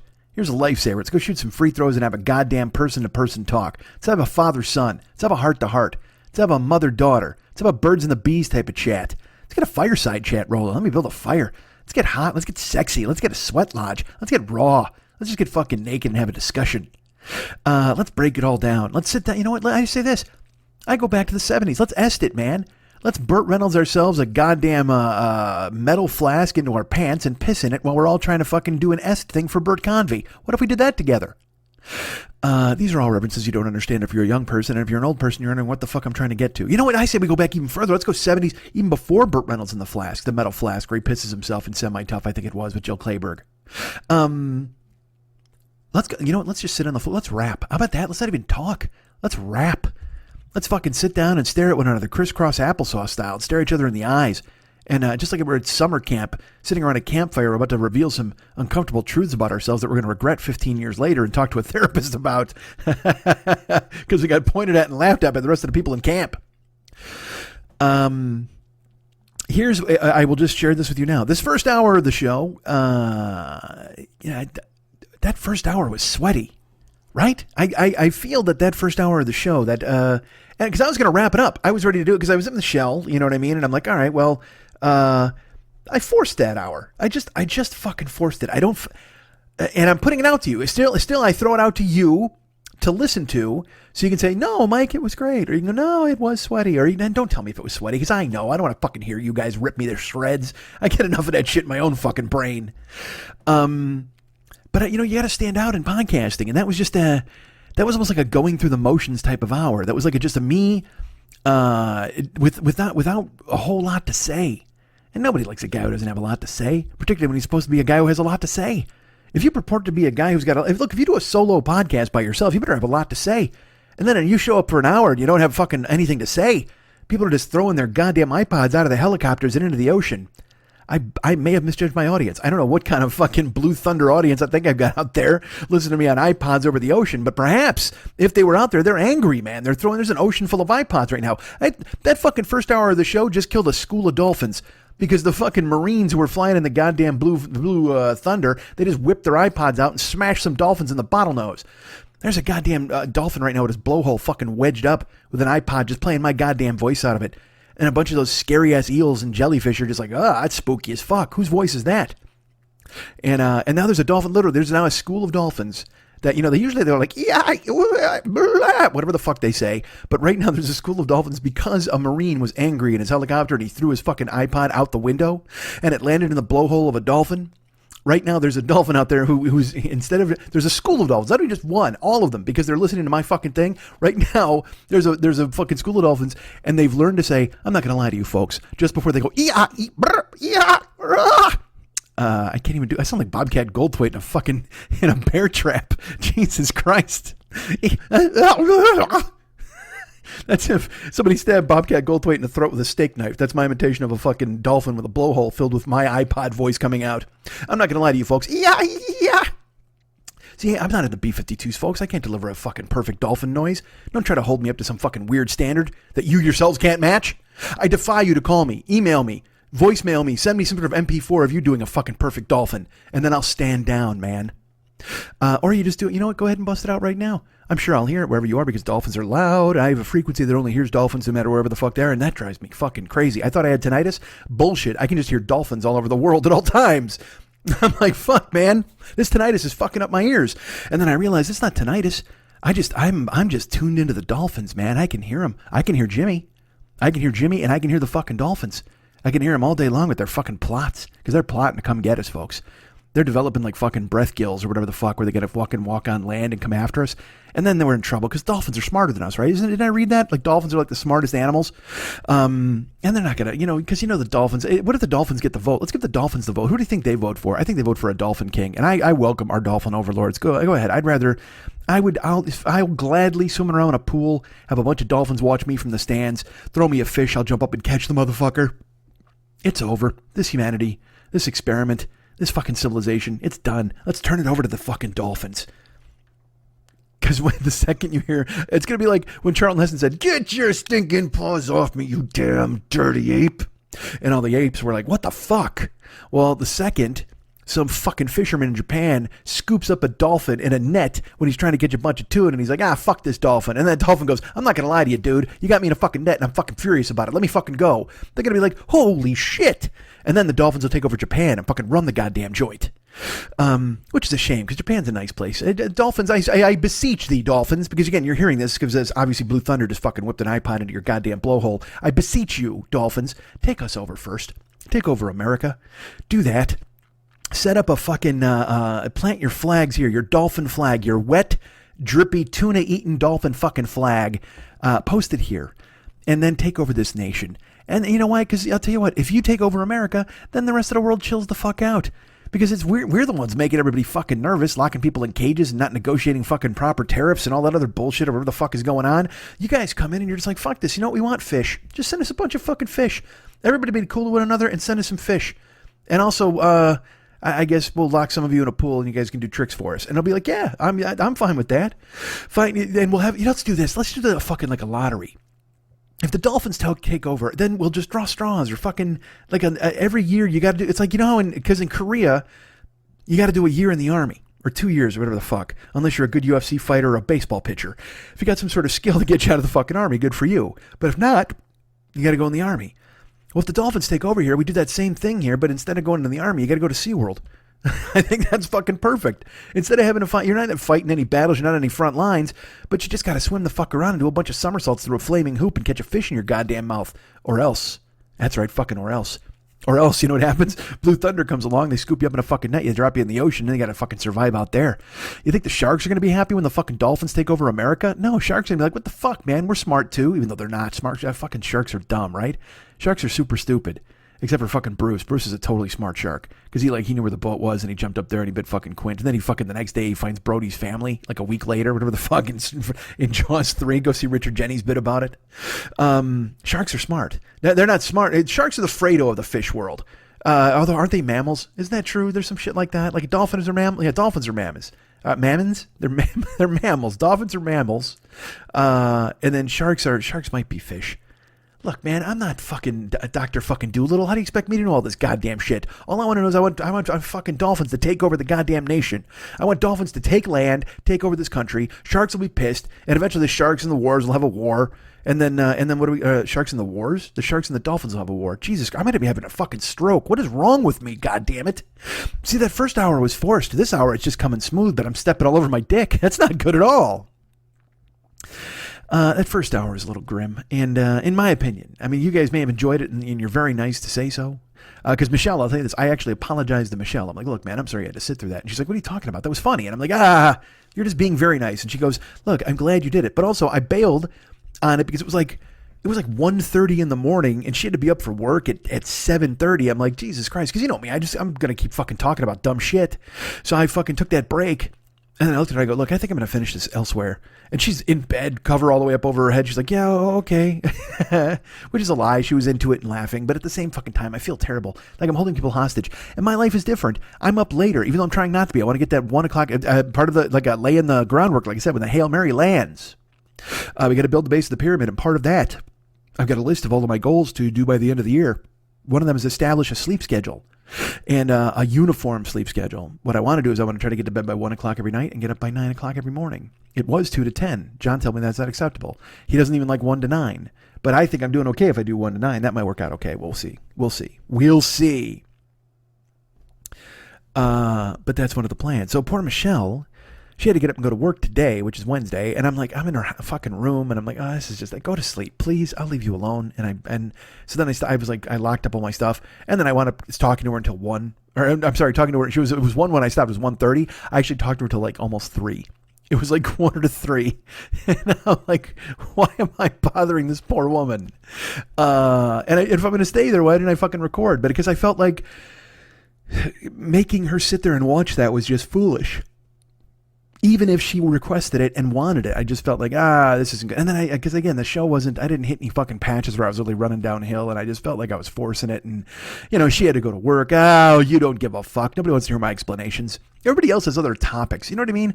People get viewer mail or they get fucking topics where they go, hey, here's what I did this week. And they talk about stuff. I just tell you about the dumb shit I did yesterday. And I mean, I am so grateful that you've stuck around and you still listen to this fucking nonsense. I am so happy about it. And again, last week's show was fucking amazing. 2 weeks ago was fucking amazing. I'm very happy. And I put up a rerun 3 weeks ago that was really fucking great. And there was a free hour in that. There was an hour of that, and then we went up and put ahead of a fucking like a regular old show. Look at all the fucking bonuses you get. Look at me trying to talk you guys into sticking around. Well, before the Dolphins come and ruin us and take us away, for fuck's sake, please stay with me before the Dolphin. I don't know, water apocalypse, whatever the fuck they're gonna do, because they're gonna take the land and they're gonna walk in their goofy tails, or could they flop around? What if Dolphins know how to drive? They might have learned a bunch of shit because they teach them all that fucking tricks over there at fucking SeaWorld. Maybe they taught them how to drive boats. Maybe they'll like fucking Don Johnson, Miami Vice the fuck way in here with a goddamn teal suit on. I want to see a dolphin in a teal suit. I'll fucking respect that motherfucker. Look, I'm going to respect a dolphin driving a boat no matter what the fuck he wears. I'm not going to lie to you. That was right from my stand-up. I did a bit about Smokey the Bear. He was out there in his fucking, he's in jeans.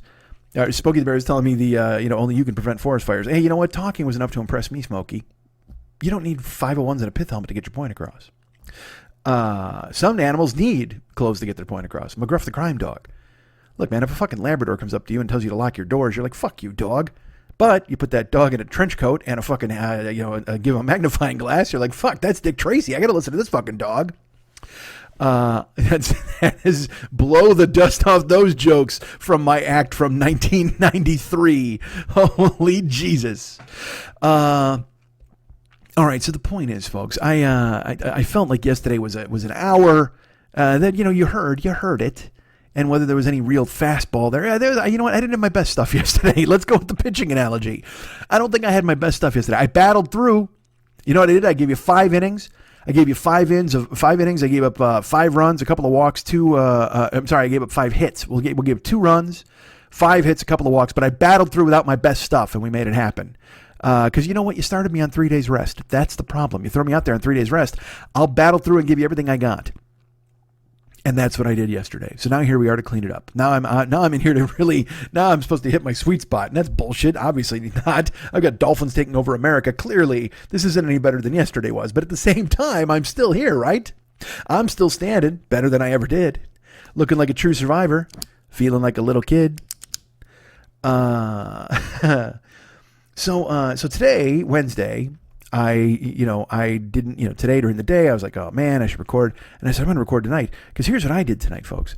And this is another reason why I'm talking to you. I went to a show tonight. I left my house. Yeah, that's right. I left my apartment.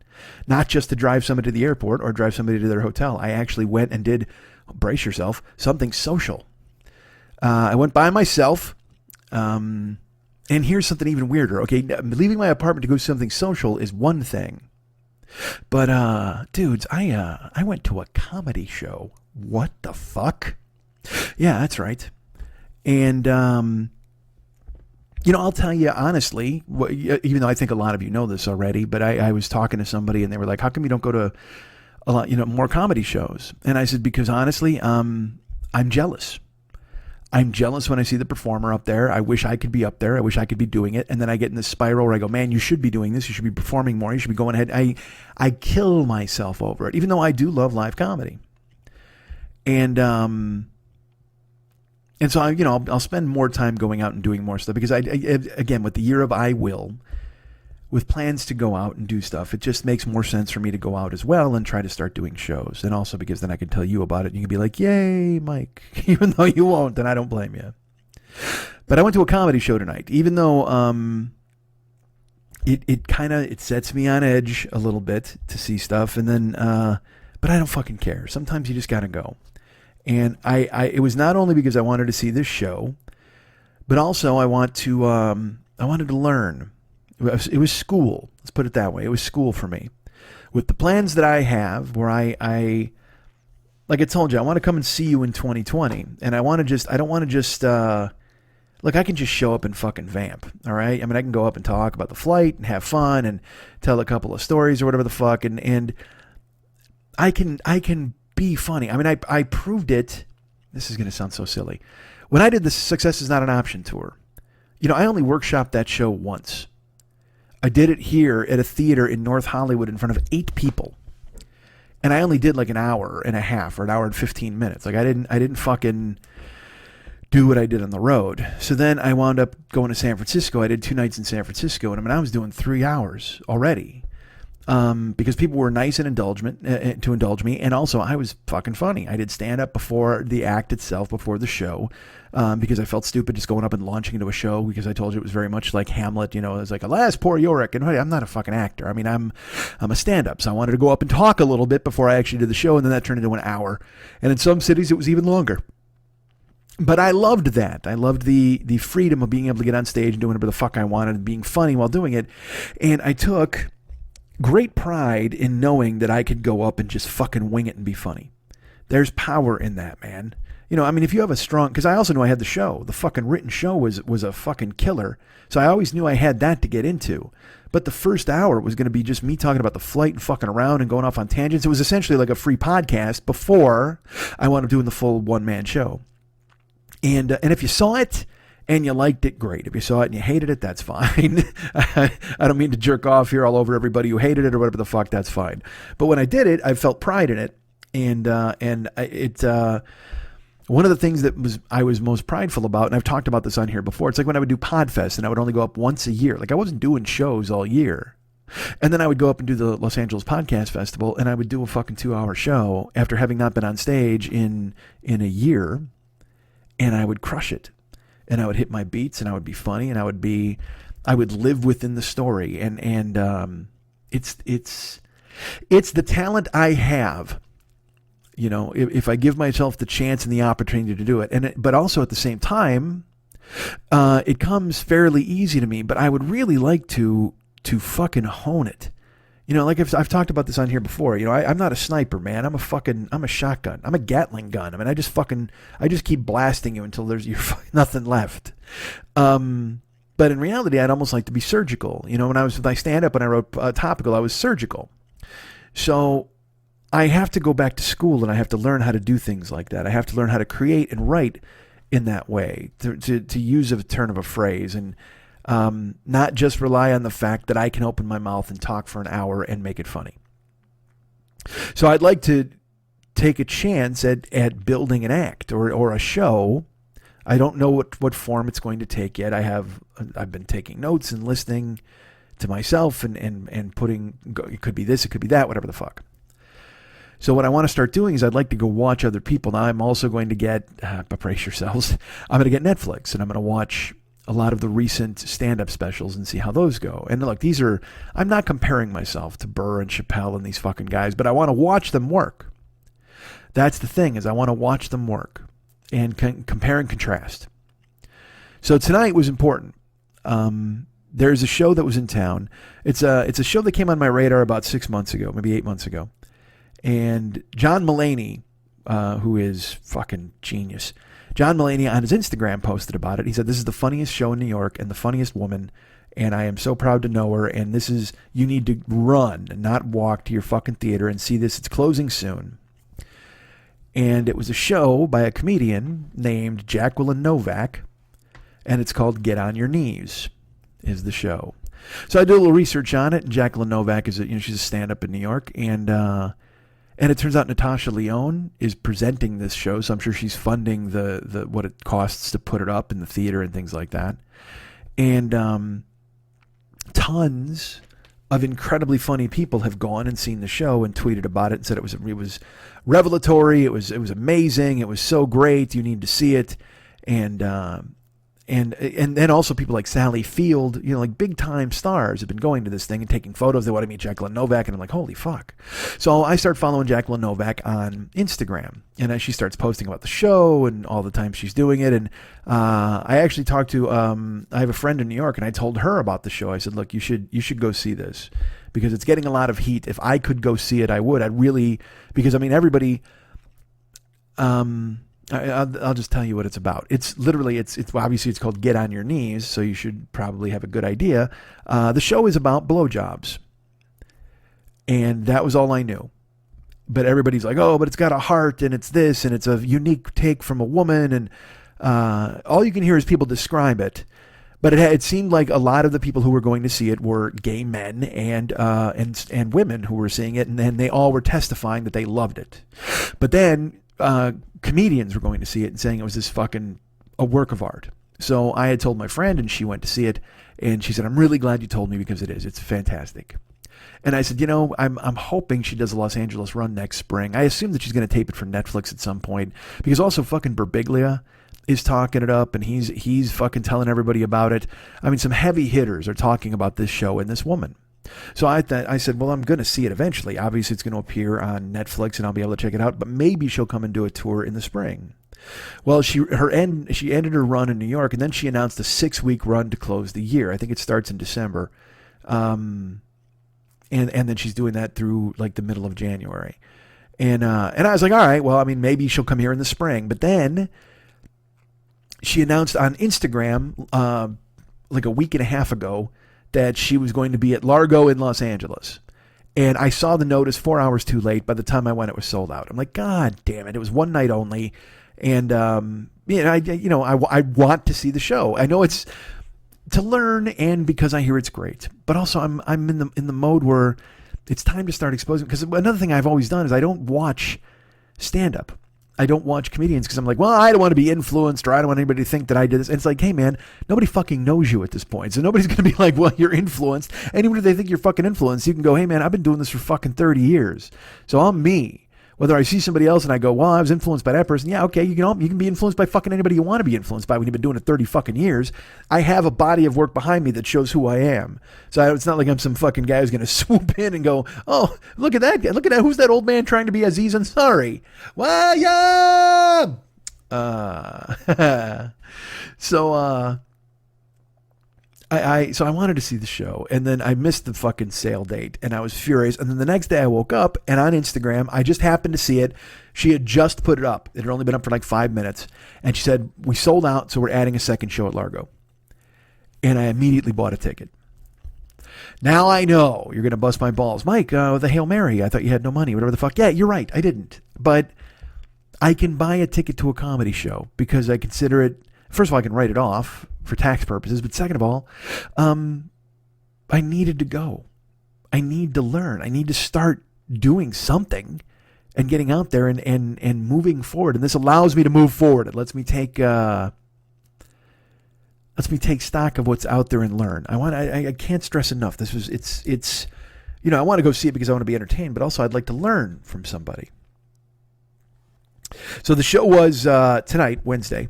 And I went to Largo, and Jacqueline came out. She did her show, and it was funny. The show, I would say probably 3/5 women in the crowd. That's what I would say. Probably 3/5. But a lot of women, a lot of gay dudes, clearly. And then because you'd hear snippets of conversations in the lobby. Like I go in. And I was alone, man. Like I said, I went by myself, and because again, nobody wants to fucking pay to see comedy. None of my friends, because they're all fucking comedians. But I had to go because I've heard great things. So I go in, and it turned out, like I said, I bought my ticket right away, dude. I had a seat. If I was in the center aisle of seats, I would have been in the third row, but I was in the first row, stage left. First seat, first row, stage left. And that was like. That was great. Also, I was on the end, which is fine with me because I'm a giant. But then people started coming in. They started taking photos, and there was a buzz, man. And I miss that buzz, from going to clubs and going out and doing stuff. I've started to do more going out. I went a couple weeks ago. I didn't talk about this on here. I had a friend in town, and she and I went to go see Pardo. We went to see Jimmy at Flappers, and I was, my friend is a huge Jimmy guy, Jimmy girl, and she wanted to go, and because she was coming out on this trip, she had a concert to go to. She was going to see Jimmy as well, and she's like, it'd be cool if you went to see Jimmy. And I told her, I go, look, I usually don't go to comedy shows. I just don't because it's weird for me because I find myself in a position where I'm like, Jesus Christ, I wish I was doing this, and I get that. And she was like, okay, well, I understand. And then, a couple of days went by, and in my head I kept going, well, you want to go. You want to see Jimmy. Fucking Jimmy's hilarious. And And isn't it about time you fucking grew up and stopped going, well, I'm sad or I'm jealous or I'm just disappointed that I'm not the one doing it. So fucking what? Go laugh. Go watch people that are funny and fucking and dig the show, man. Have a good time. So I did. This is a month ago. I went to see fucking Shooter at Flappers, and he was gracious. I texted him. I said, hey, I'm going, and this woman's in town, and he's like, well, I'll put you on the list. And I said, you don't have to do that. I'm just telling you we're coming. But he was great. He got us in, and then we went and sat. I sat in the back. Of course, I'm not going to sit in the front and be. What am I going to be? Fucking, I'm going to be part of the act. Fuck that. But I went and sat in the back, and it was Jimmy Pardo and Matt Donaher, who is Jimmy's opening act, and Maggie May was the opener. And it was funny because Maggie May, I don't know Maggie May, but I follow her on Twitter. I think she's very funny. So it was wild that she's the opening act out of nowhere. I was like, all right, cool. I think she was a writer for Fallon or something like that. Whatever. She was opening. And she goes up and she does a set. She's real good. And then she brought up a guest set, and the guest set, unbelievably, Carol Leifer was in town to do a guest set at Flappers. And she has a Showtime special coming out in she's taping it or something in a month, and so she was running bits. And again, that was inspiring because this is a 64-year-old woman who she still has piles of Seinfeld money. She fucking, created the show, wrote on it. I don't know if she got a creative credit, but she wrote on it. And she's a big fucking deal. She was a big deal before I even started doing stand-up back in the 80s when I was watching, and she was on all the time, on all the shows, Carson, everything. So she's a name, man. And for me to see her there going up to do 10 minutes just because she wants to try to get the verbiage out because she's taping a special in New York in a month. And I was like, this is the work. This is the fucking work. This is what you do. You go and the hang is also so important, man. The hang, where you hang with comedians and you talk and you shoot the fucking shit and you get on their radar. That's the deal. The highlight of me doing stand-up when I was a kid, when I first started, was seeing the other comedians realize I was good. I can't tell you the value in that. They did that show on Showtime where it was called I'm Dying Up Here. And Jim Carrey had the thing where he's like, hey, man, you didn't give a fuck about being that funny on stage. You wanted to be the funniest guy in the parking lot. And dude, I fucking felt that when he said it. Because we would do the show and then we'd all be in the parking lot fucking busting balls. Then we'd go to Denny's or whatever. We'd be at some late night diner, Canners, whatever, until fucking 4 or 5 in the morning. Just being funny around a table. Just being fucking idiots. And you wanted that reputation. And I was able to get it where I was quick and I was funny. And I know this sounds like me jerking off and I don't mean it to be. I was playing poker. I'll tell you this. There was this... We were playing poker the other night. It was me, fucking Dwyer, Siegel, Pat Francis, Chip Chinnery, all the regular guys, and it was a light game, just a few guys. But I don't even remember what I said, but there was someone said something else, and I said something, I topped it. I was like, I banged it out. And Dwyer just started fucking laughing. And he looks at me and he goes, that's why we're funny. He goes, that's why you're funny, Schmitty. That's why we're all funny. We say things and we say them quickly and they're just appropriate and funny. We were laughing about it. But to have Bill Dwyer, who I fucking think is one of the funniest guys on the goddamn planet and one of the coolest guys to boot, look at me, because to make him laugh is fucking killer. It's like when I made Jimmy laugh. I wanted to make Jimmy laugh all the fucking time. I want to make Dwyer fucking laugh. I want to make Siegel, Pat, all my friends. I want to make everybody fucking laugh. The first hour of this podcast notwithstanding. But that's the key, man. I want to make people, I love making people laugh. And also making people laugh in a room. Like doing this is great. I love it. And I love you guys hearing me, and I love the feedback and the response, but I don't get the immediate feedback. I don't get to hear from people. That's why our buddy Dave Fogerson, he writes me and tells me good things. And then I forget who, Jesus Christ, is it Jay? We have another guy. He's just fucking amazing, and he's doing recaps of the shows, and he posts them to the Jokers page. I'm going to look it up now because I'm that fucking kind of idiot right now. I'm going to go ahead and pull up the Westside 86 Jokers page. Is it Jay Campbell? I think it is. Hold on, let's scroll. We got to scroll here. He listens to shows, And then he puts up a thing on the Joker's page where he basically breaks down what we heard. He's like, here's what we heard on this week's show. Jason Kaufman. Sorry, not Jay Campbell. Jason Kaufman does it. Sorry, Jason. I apologize. You're my good friend, and you know that. But Jason, and he'll put up the episode number, and he'll go, Mike did this, said this, and this breakdown. And I love it. It makes me so happy because it's some feedback to know that somebody listened. When people write me, like our friend Jamers will send me a text, or somebody will be like, Jesus Christ, dude, I almost spit water when you said that. Like, I mean, I fucking love it. And I was, you know what I was real happy with last week? Mex sent me a note, and he's like, dude, fucking first half of the show is hilarious.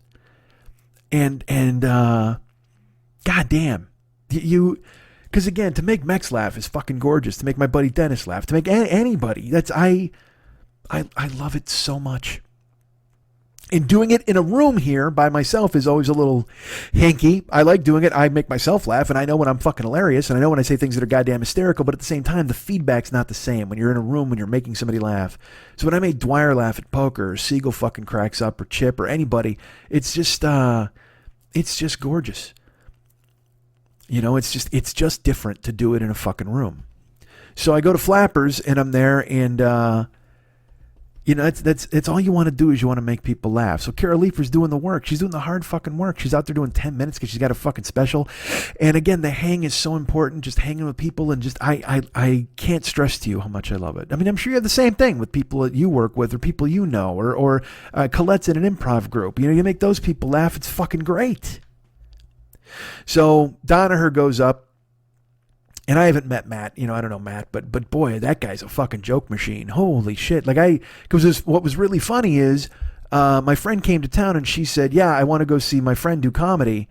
Because again, we were making plans while she was here, but also she's like, she was in town to see a concert. She was in town to see a friend do comedy. She was going to see Jimmy. So she had her own agenda while she was here. And I said, cool, just let me know if you can fit me in for anything. So she then went to a show called Scott Neary's Booby Trap. Now, Scott's a really funny guy, cool guy in town, but the comedian she was supposed to see wasn't there. And I said, oh, okay. So then we go to Flappers, and they say Danaher's the opener. And she goes, hey, Matt's actually who I was going to go see at Booby Trap the other day. And I'm like, what? Seriously? I said, oh, okay, because she's a hardcore Never Not Funny fan. She loves Jimmy. She's seen him a bunch of times. She, you know, fucking meet and greets, all that stuff. She loves him. So then I kind of look like sort of a big shot because I sort of know Jimmy a little bit. I don't know if you guys are aware of that. And this girl, like, she didn't listen to Never Not Funny when I was on the show. She listened to Never Not Funny after I was gone. She showed up, and she then has heard me subsequently in like guest appearances. So that's how I came on her radar, I suppose, is that. And but we go together to go watch Jimmy, and then Danaher goes up, and I mean, because Carol, you know, Carol's a fucking pro. She's just a pro. She went up there, did her 10 minutes, fucking getting ready for her special, and then Danaher went up. And like I said, joke machine, just bang, bang, bang, just that fucking kind of, not Chris Fairbanks style, but kind of rapid fire jokes like Chris does. Chris does a different brand of humor, but very much like anything that Matt said was like almost like a Wendy Liebman, if that makes sense. Just like fucking da da da da da da da da da da. Everything's a fucking banger. And I was like, man, that guy. And I even looked at my friend and I go, Jesus Christ, this guy's a fucking joke machine. She goes, yeah, I told you, he's really funny. I'm like, awesome. And then, you know, Matt finishes, and then of course they bring up Jimmy. And, I mean, he's just the fucking best. If you haven't seen Jimmy live, go see fucking Jimmy live. It's ridiculous. It's this bizarre magic trick of how the fuck does he do it, but he brings the whole room together. He talks to people. And it's different every time you see it. You know what I mean? Where some of the bits might be the same, but the crowd work is never the same. And it was funny. He had brought Oliver to the show, his son, and Danielle, I guess, was there as well. At least that's what, you know, I assumed that when he was on stage and he's calling people out and talking, and then he hears me laugh and he looks up and he's like, oh Jesus. So he's like, oh, Schmitty. And he talks to me a few times during the show. It was just fucking great. So then, and there's this chemistry with Jimmy and I, where if I'm in the room, he'll start doing these weird sub-references that like someone might not get. Like he'll mention Tom Paciorek or something like that. You know, some ridiculous, goofy-ass fucking thing, some old baseball player or anything that he knows I'm going to laugh at because it's stupid. And anybody else who comes along for the ride, that's fucking great too. But it was just, man, it was great. It was so fun to be in a club. I loved it. I just loved it. And then we're sitting there. Jimmy finishes, and Maggie goes up. She's doing a like a giveaway, and I'm at the back table, and Donner comes walking up, and he goes, "Hey," and I said, "Oh," and I thought he wanted to talk to my friend, and he came up to me, and he goes, "Hey," he goes, I just want to tell you something," and he shook my hand, and he goes, "I grew up listening to Never Not Funny. And you are just the funniest fucking guy in the world. And I just got to thank you because I never got a chance to meet you and tell you so. But man, you were amazing on that show, and I loved it so much." And I mean, you know, is it going to get better than that? Probably not. You know, I just anytime. It's awesome when anybody recognizes me from this show or any show or hears me on something. I told you I've been recognized for my voice before. I was at a barber shop. And I talked to somebody, and this guy turned around, and he looks at me, and he goes, "Mike Schmidt?" And I go, "Yeah."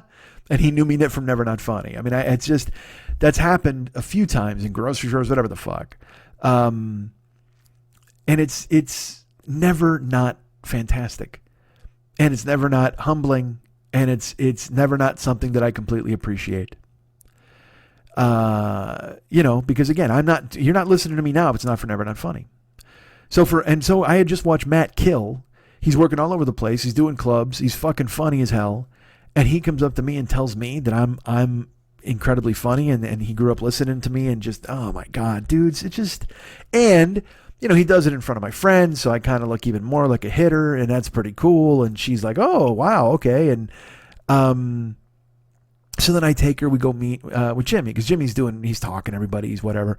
But we went in the back, and there Danielle was there, and it's Danny and Oliver and Jimmy, and you know, I said hi to Matt again, and then we just hung out, and then I got a couple of pictures. My friend wanted a couple of pictures with Jimmy, and I took those with her, and just the hang. The hang is the coolest, you know. They're clear, and also there's that weird sound where they're moving out of the people out for the first show, and they're going to get the second show rolling. And I used to work in clubs all the time, and I love it.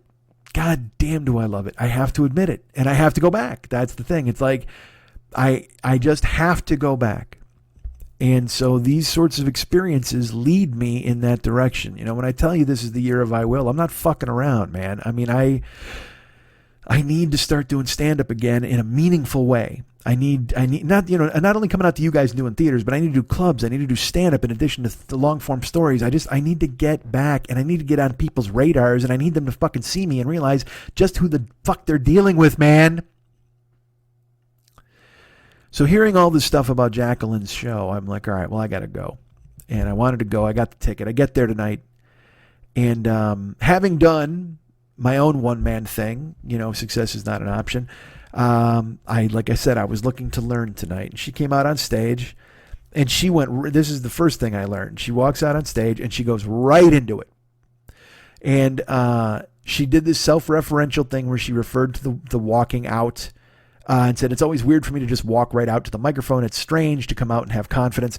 And I totally related to that. And then I don't want to give too much away about the show, other than to say it was a very tight narrative. And I said it's about blowjobs.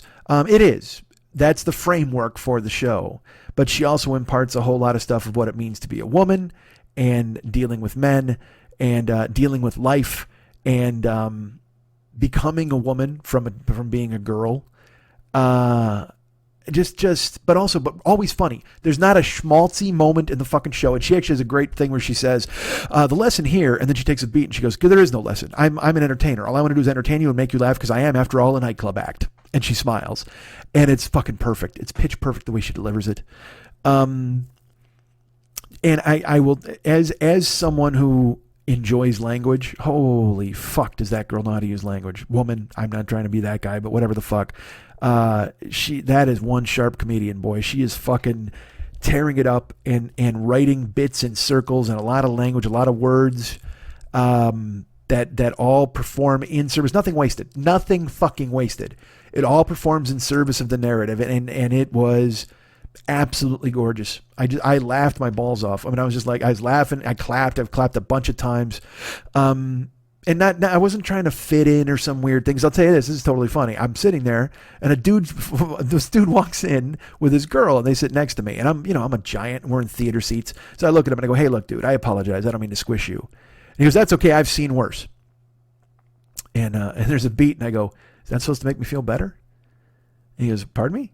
I go, I was like, "I'm telling you, I'm a big guy," and you're like, "You've seen worse." Like, I'm not the worst. And it just seemed like such an odd thing to say. I said, "I'm not the worst you're going to see. Of course not."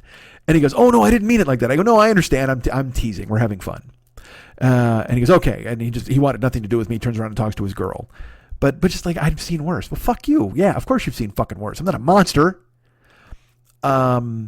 But the whole show, like I said, I'm laughing, I'm clapping, I'm digging her. She's really funny. This fucking dude doesn't laugh once.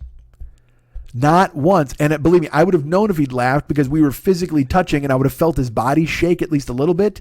Even if I didn't hear him chuckle or laugh, I would have felt him kind of, that kind of deal.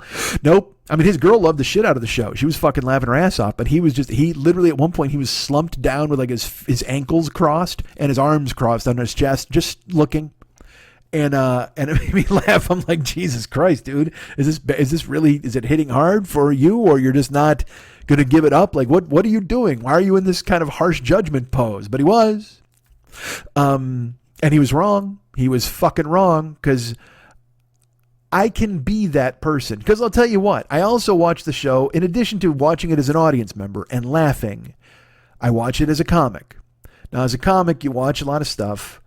And you shouldn't have done that. No, this should be here. No, this joke should be here. No, you shouldn't. Don't tip the bit. Don't do this. I think I talked on the air about like that. If I didn't, what the fuck? If I said this already, I apologize. Saturday Night Live did a sketch about the Joker called Oscar, called Grouch. And it was a Sesame Street based sketch where Oscar the Grouch turns in, or, a guy named Oscar who's a garbage man turns into Oscar the Grouch. And it's a really cool idea. I thought it was totally funny. I loved the way they did it. I thought it was really, it's a smart idea, and I really liked the way it was executed. However, in the first beat, it's Daniel Harbour and Chris Redd, I think is his name. That dude's fucking hysterical. And they're garbage men. And Oscar says something, and Chris Redd says, "Gee, Oscar, why you gotta be such a grouch?" And the sketch just started. There's no reason to tip the bit. There's no reason to for that exposition to be there. None. It's an incredibly lazy oversight, because I know what they thought. They thought, we need to give this line early so people get the premise right out of the box. No, man, you let the fucking premise dawn on everybody as they start to see Bert and Ernie buying crack in a fucking alleyway, and they see Guy Smiley doing the news on television. Eventually it unfolds for you and you go, oh, and then you flash back to the garbage man and you go, and his name tag's Oscar. Even if you want to show his name tag, whatever the fuck, you don't have the other guy in the beginning of the sketch go, "Man, Oscar, why are you such a grouch?" Because that's it. You gave the bit away. The whole bit is given away. There's no reason now to unfold it. You should just have him then be a grouch right away and it's over. And I recognize most people don't watch it like that. They just go, "Oh, this is hilarious." But as it's my job, I watch things critically, and I go, this word doesn't belong here. I mean, I used to do it with fucking, because I wrote on shows, and I was the fucking Bonaducci whisperer. I was the Pardo whisperer. I'd walk up and I go, "All right, you can do this. Here's a bit. Here's 3 bits. Here's 3 lines. You can cut this." I was respected by the guys I worked with because I had an ear for funny. And I also could give you a joke in 5 words. If someone's going to deliver it in 15, I could give it to you in 7. And that's bizarre thinking about a guy who does 4-hour podcasts. I know I can also give you a million fucking words. Who the fuck knows? But that's a muscle I don't get to use anymore. And that's what I'm saying. I have to start using it more and more. I have to write bits that are bits, not chunks. But watching her, and so I listened somewhat with a critical ear. And I mean, there's one word she uses like 4 or 5 times. She uses the word imprecise. And she said it easily 5 times during the show. And it's such a good word choice that you notice it when it's used multiple times. That's all. it doesn't take away from my enjoyment of the show. I loved it, and when she used it, it was appropriate to use it. And she even makes a mention at one point about loving the thesaurus. She goes, "My favorite dictionary is the thesaurus." She goes, "Oh my God, why gotta bother with definition? Just give me 5 words that are like that word. It's awesome." Which is that's a brilliant thought. But it makes me laugh that she has a tiny throwaway chunk about, oh man, I love the thesaurus. And then she uses the word imprecise 5 times, which is, and again, not being critical. This is the kind of shit a producer or a director or a collaborator would say. But as an audience member, who gives a fuck? It worked. Every single time it worked, she said it. It was great. But I enjoy watching things like that. I enjoy going, no, man, it should be this. No, it should be that. No, cut this, move this. And I used to get paid to do that. It was fucking awesome. So I learned watching her come right to the microphone. Because when I did my One Man on the Road, I would come out and just fucking do stand-up for like an hour before I even got to the narrative. And that's just... I as much as I want to be indulgent and let people listen to me, and I want to go on and on and on, and people were very kind to me when I did the road, and they told me, Jesus Christ, I can't believe it, that like 3 hours blew by. I know that there were still some people who were like, Jesus Christ, I can't believe I have scoliosis because you made me sit in a fucking wooden chair for 3 hours and 45 minutes, you fuck. And I get that, man. I totally understand it. So that was another thing I learned tonight. She did a 90-minute show. I mean, on the fucking nose. 8:15, 9:45. And I actually could have, and you know, she allows herself to live in the narrative. You know, it's not tightly scripted in a point where you're just like, oh, I can see the beats coming. She lives in it, and I think she probably changes it to what she wants to say. She's very, very, very precise in her language, but at the same time, she allows herself to live within it. You know, and also she's smart enough to be able to bring other things to life. Without having it sound like anything that she's written. You know, I mean, because look, she may have the whole fucking thing scripted out to the word, and I wouldn't be surprised because of how well it's written. But it would shock me because she's such a good performer. It did not seem like that was something that was memorized or scripted in any real consequential way. It was fucking fantastic. It was great stuff. Go see it. You got to see it. But I watched her do 90 minutes and kill it. And finish with the flourish and the fucking, lights go down, the song hits, and then she takes, gets a standing ovation, fucking 4 bows. And I loved it. I mean, I stood up, I was clapping, I thought she was so good. And it showed me that you can do 90 minutes. You don't have to come out and be like, oh, I don't know how to do 90 minutes. And do 3 hours or whatever the fuck. She hit every fucking note she had to hit, and it was just clean. It was a clean performance. And it was really funny, and I'm lucky for having to see it. I'm glad I came to LA even for 2 days, and it's in New York for 6 more weeks. I think it starts in December. It's something called the Cherry Hill Theater, possibly, or something. I don't know. Just Google it. Fucking follow her on Instagram, Jacqueline Novak. And she got a ton of heat. She went up on Seth Meyers, because they went crazy about this show. Everybody loves it, and they should, because it is so well written, but she lives within it to the point where it's not like this tightly wound creation. It's a living thing, and she allows herself to live within it, but also still fucking surgical, and the language in it is fucking perfect, and it's just really amazing and inspirational. Because I learned you can do a 90-minute show. I learned you could probably do a 60-minute show. I learned to trust yourself, and obviously I've talked about this many times before. You work at the top of your intelligence. You don't just you don't meet your audience down at the bottom. You make them come up and meet you at the top. You lift everybody up with you. You work smart, and everybody will appreciate it. She did. She was fucking smart. I mean, crazy smart, and just fucking a show that was smart and funny and gut punch funny in a lot of fucking spaces. And I mean, man, she's going to be a fucking name to deal with, either as a writer or, it's funny because there's always comedians you see and you're like, oh, and then all of a sudden they make a movie like Kumail Nanjiani or whatever the fuck. He's a stand-up. I know him as a stand-up, and all of a sudden he writes a movie about like his fucking wife's, I don't know, rubella or whatever the fuck she had. Would she have cholera? I don't know. And then that movie's like a big fucking thing, and he's nominated for an Oscar, and then he's a movie star, and you're like, Jesus fucking Christ.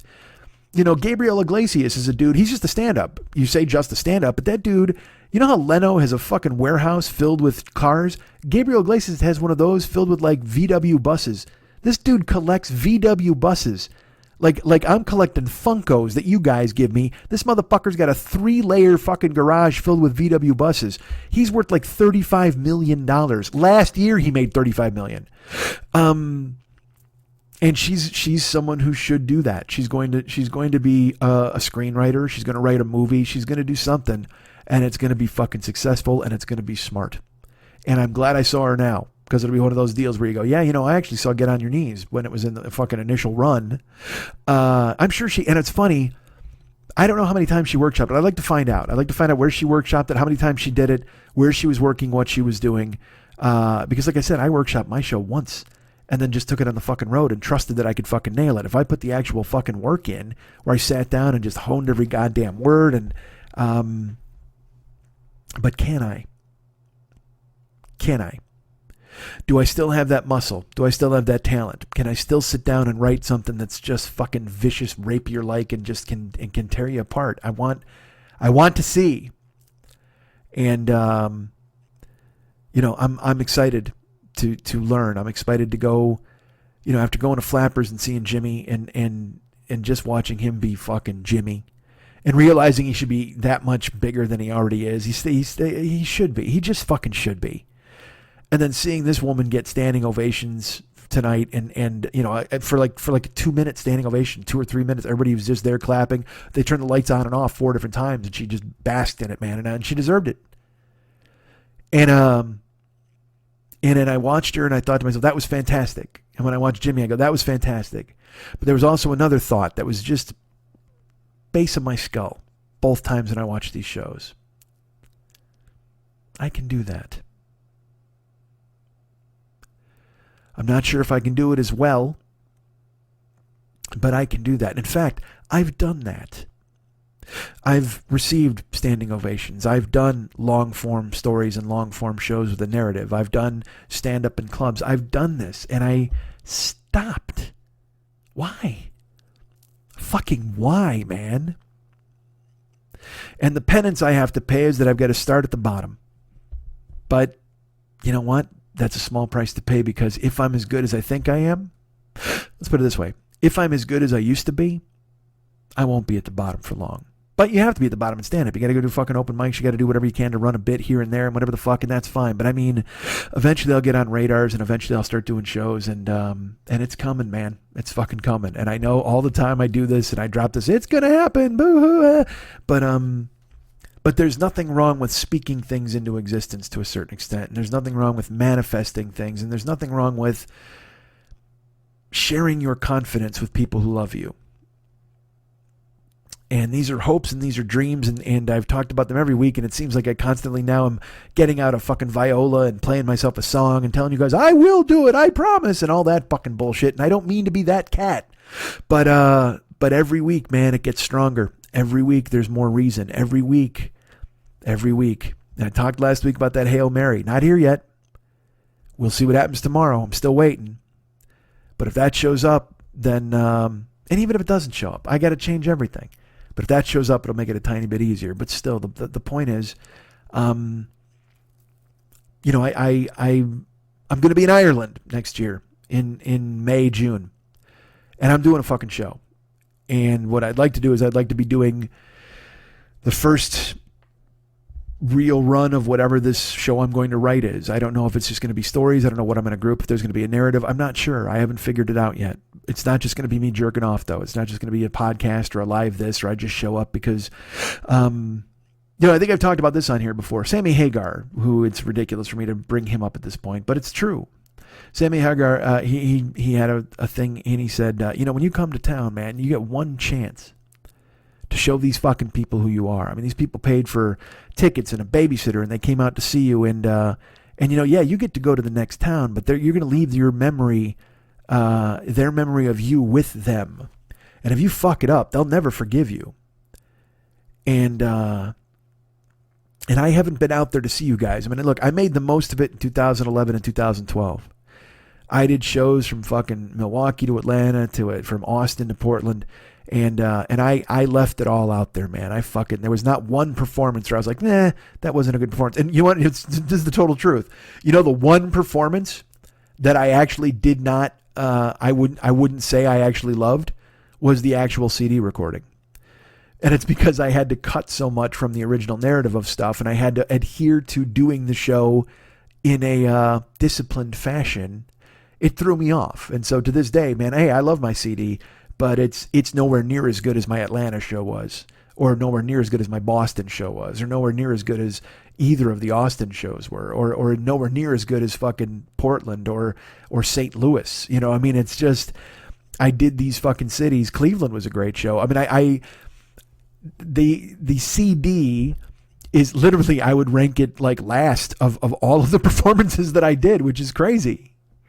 And I don't want to have that feeling again. And I want to do, look, I know CDs are dead and whatever the fuck, but maybe, you know, I'd like to do something that winds up streaming. I'd like people to hear me. And I know you don't need to hear me getting fucking, you know, boo-hoo muscles on the fucking air all the goddamn time and going, you know, here's what I want to do. And this is, I'm strong. I could do this, but I will. I fucking will. I saw Jimmy do it a fucking month ago. I saw Jacqueline Novak tonight. And I mean, I can fucking do that, man. I've done it in the past. The key is, will you let yourself do it again? The key is, can you go out and do it again and be as good as you were or better? And I got 2 words for you. I fucking will. You guys can get me at mikeandmikeschmidtcomedy.com. You guys can be my friend at facebook.com/the40year-old-boy. You can follow me at twitter.com/the40year-old-boy. I'm at all of those places. You know where else I am? Instagram. I'm at Snapchat. I actually did a Snapchat video this week. I was sitting in my house and I'm like, I never fucking do this. So I talked for like 2 minutes on Snapchat. And I had a couple of people wrote out and they're like, thank you, please do more of these. And I was like, you're very nice. So perhaps I will. I mean, but again, it's just a lot of, it's always this thing where I'm like, it's just silliness. It's just me talking, but people are very nice and they go, yeah, we want to see this. So, hey man, follow me at Instagram and Snapchat. I'm Mike40YOB. Will there be photographs going up? There will. Will there be more of Snapchat stuff happening? There will. You need to see it, man. You need to be part of my media empire. Like I said, I've got Facebook, I've got Twitter, I've got Instagram, I've got Snapchat, I've got a bunch of other stuff I'll tell you about on the other fucking side of the plugs. But right now I'm going to tell you about Ryan Dirks. He's the web guy for our show. He's on my 6-week list of things I've got to do before the end of 2019, getting into 2020. But you can put on your to-do list being his friend at Facebook, facebook.com/Ryan Dirks, and then write him and tell him that you love him, which seems weird because he's got a wife, but why not? Tell him you love him. Hey, it's time to tell people we love them. World's ending. Whole world's over, man. Wormer dropped the big one. So go ahead and tell people you love them. Like, you know who else? David Mex Hernandez. Go ahead and write him a note and tell him that you love him. David, be his friend at Facebook, facebook.com/David Mex Hernandez. You can be his friend there. And while you're there, peruse his photos, if you will, and look at all of his artwork that he's got up there. He's done a fucking amazing amount of artwork. It's great. And actually, we have a Facebook fan club page for this show called the Westside 86 Jokers page. If you just put in Mike Schmidt Fan Club, should come up, but also put in Westside, one word, 86 Jokers, and try to find it and join the club. Why not? Why wouldn't you? But if you join the Westside 86 Jokers, you'll see all the cool ass artwork David has done for that page, and also like being his friend at facebook.com/David Mex Hernandez. You'll see all of the artwork he has created, profile photos he's done for my particular page, all the stuff for 86 Jokers. He's got folders you can browse through with paintings, and again, he does all sorts of amazing work.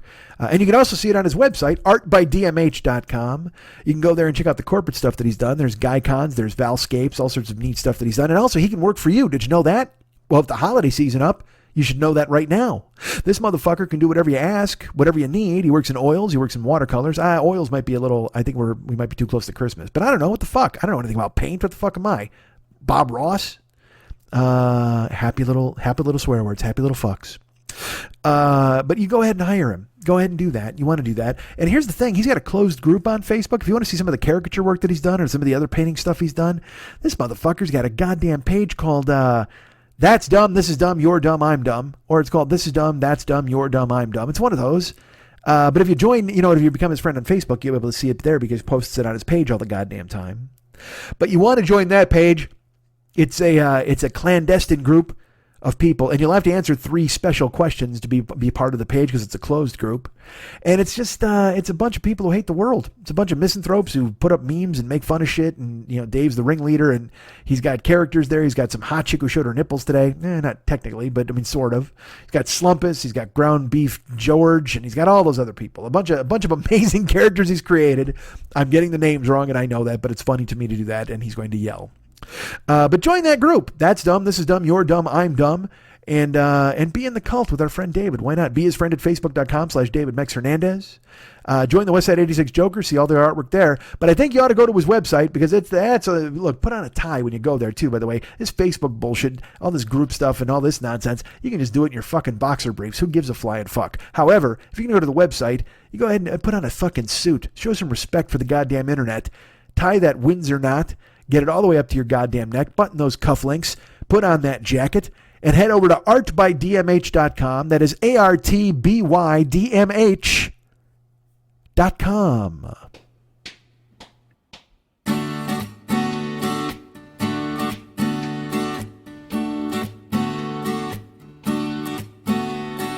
Close your eyes. Have no fear. The monster's gone. He's on the run and your daddy's here. Beautiful, beautiful, beautiful, beautiful boy. Beautiful, beautiful, beautiful, beautiful boy. Before you go to sleep, say a little prayer.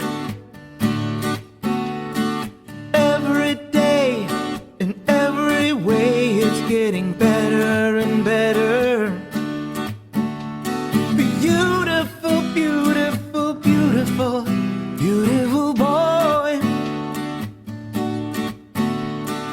Beautiful, beautiful, beautiful, beautiful boy. Out on the ocean, sailing away. I can hardly wait to see you come of age. But I guess we'll both just have to be patient,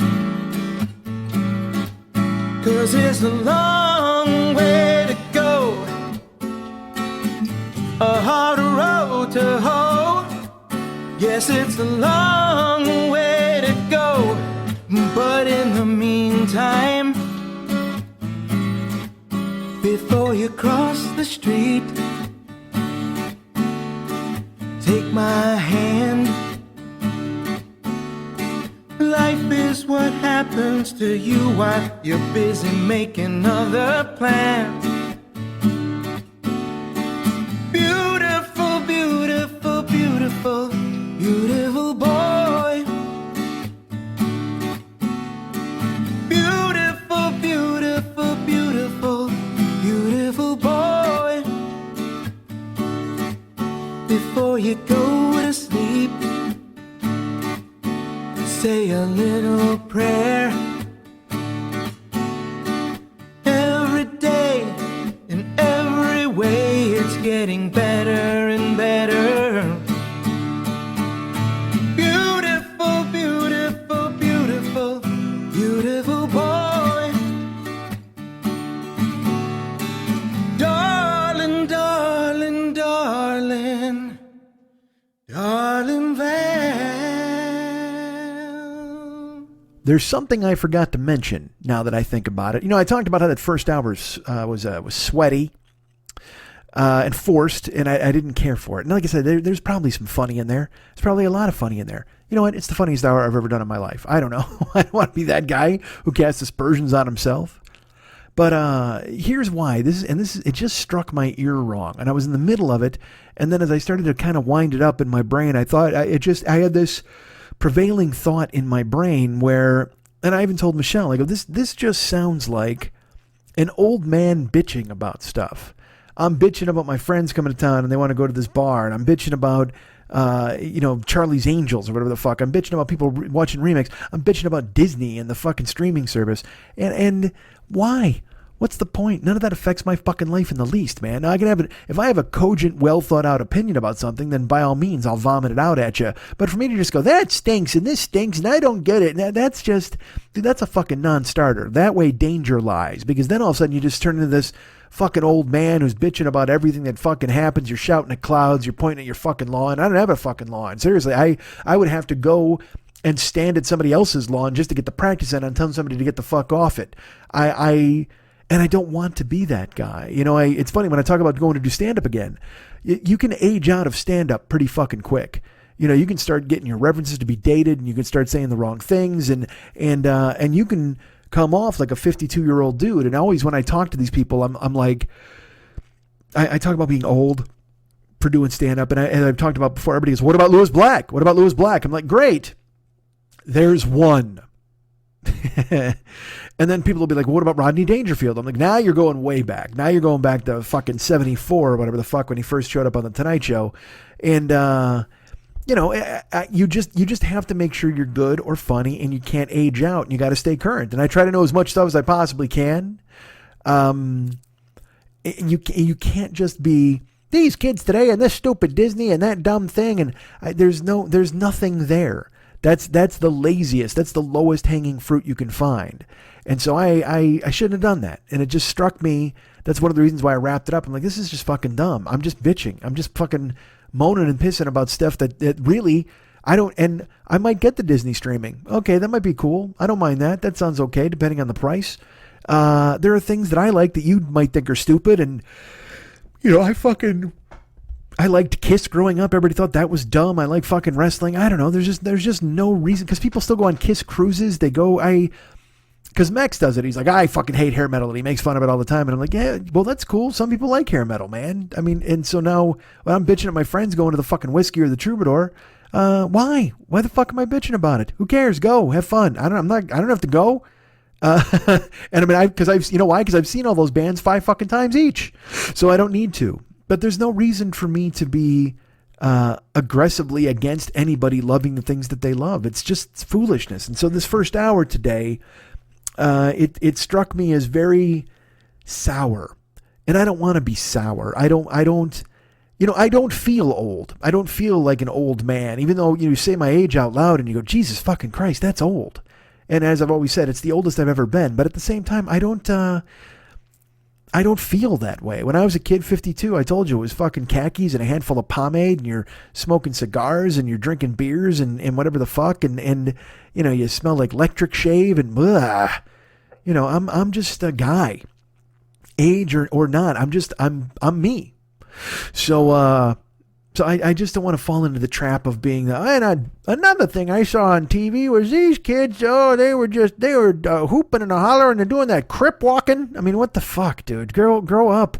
Like what you like, love what you love, let everybody else love the things that they love, and also try to open your mind and expand your horizons and find the good in some of these things. So that's all. I didn't like it. It struck me that the first hour of this, and I still released it because why the fuck not? It just struck me as sour. It struck me as a guy being a sourpuss. And man, that's the last fucking thing I want to be. We have sponsors. I don't know if they sponsored the first hour of the show. Hey, who sponsored a sourpuss? Well, of course, it's these fantastic people. Sponsored by 2 podcasts, one of which is the most amazing podcast in the world called The Paranoid Strain. You can get it right now. Hold on. In the iTunes store, you can go ahead and grab it. Oh, but I'm yawning. All right, I got to share this with you.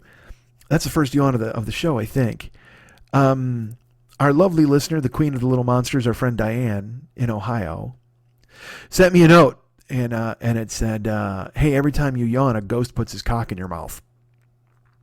And I just, I mean, I wrote her, and I'm like, I don't know why you would do this, because I'm going to think of that every single time I yawn now. And she's like, yep, ha ha ha. And I'm like, oh, okay, great.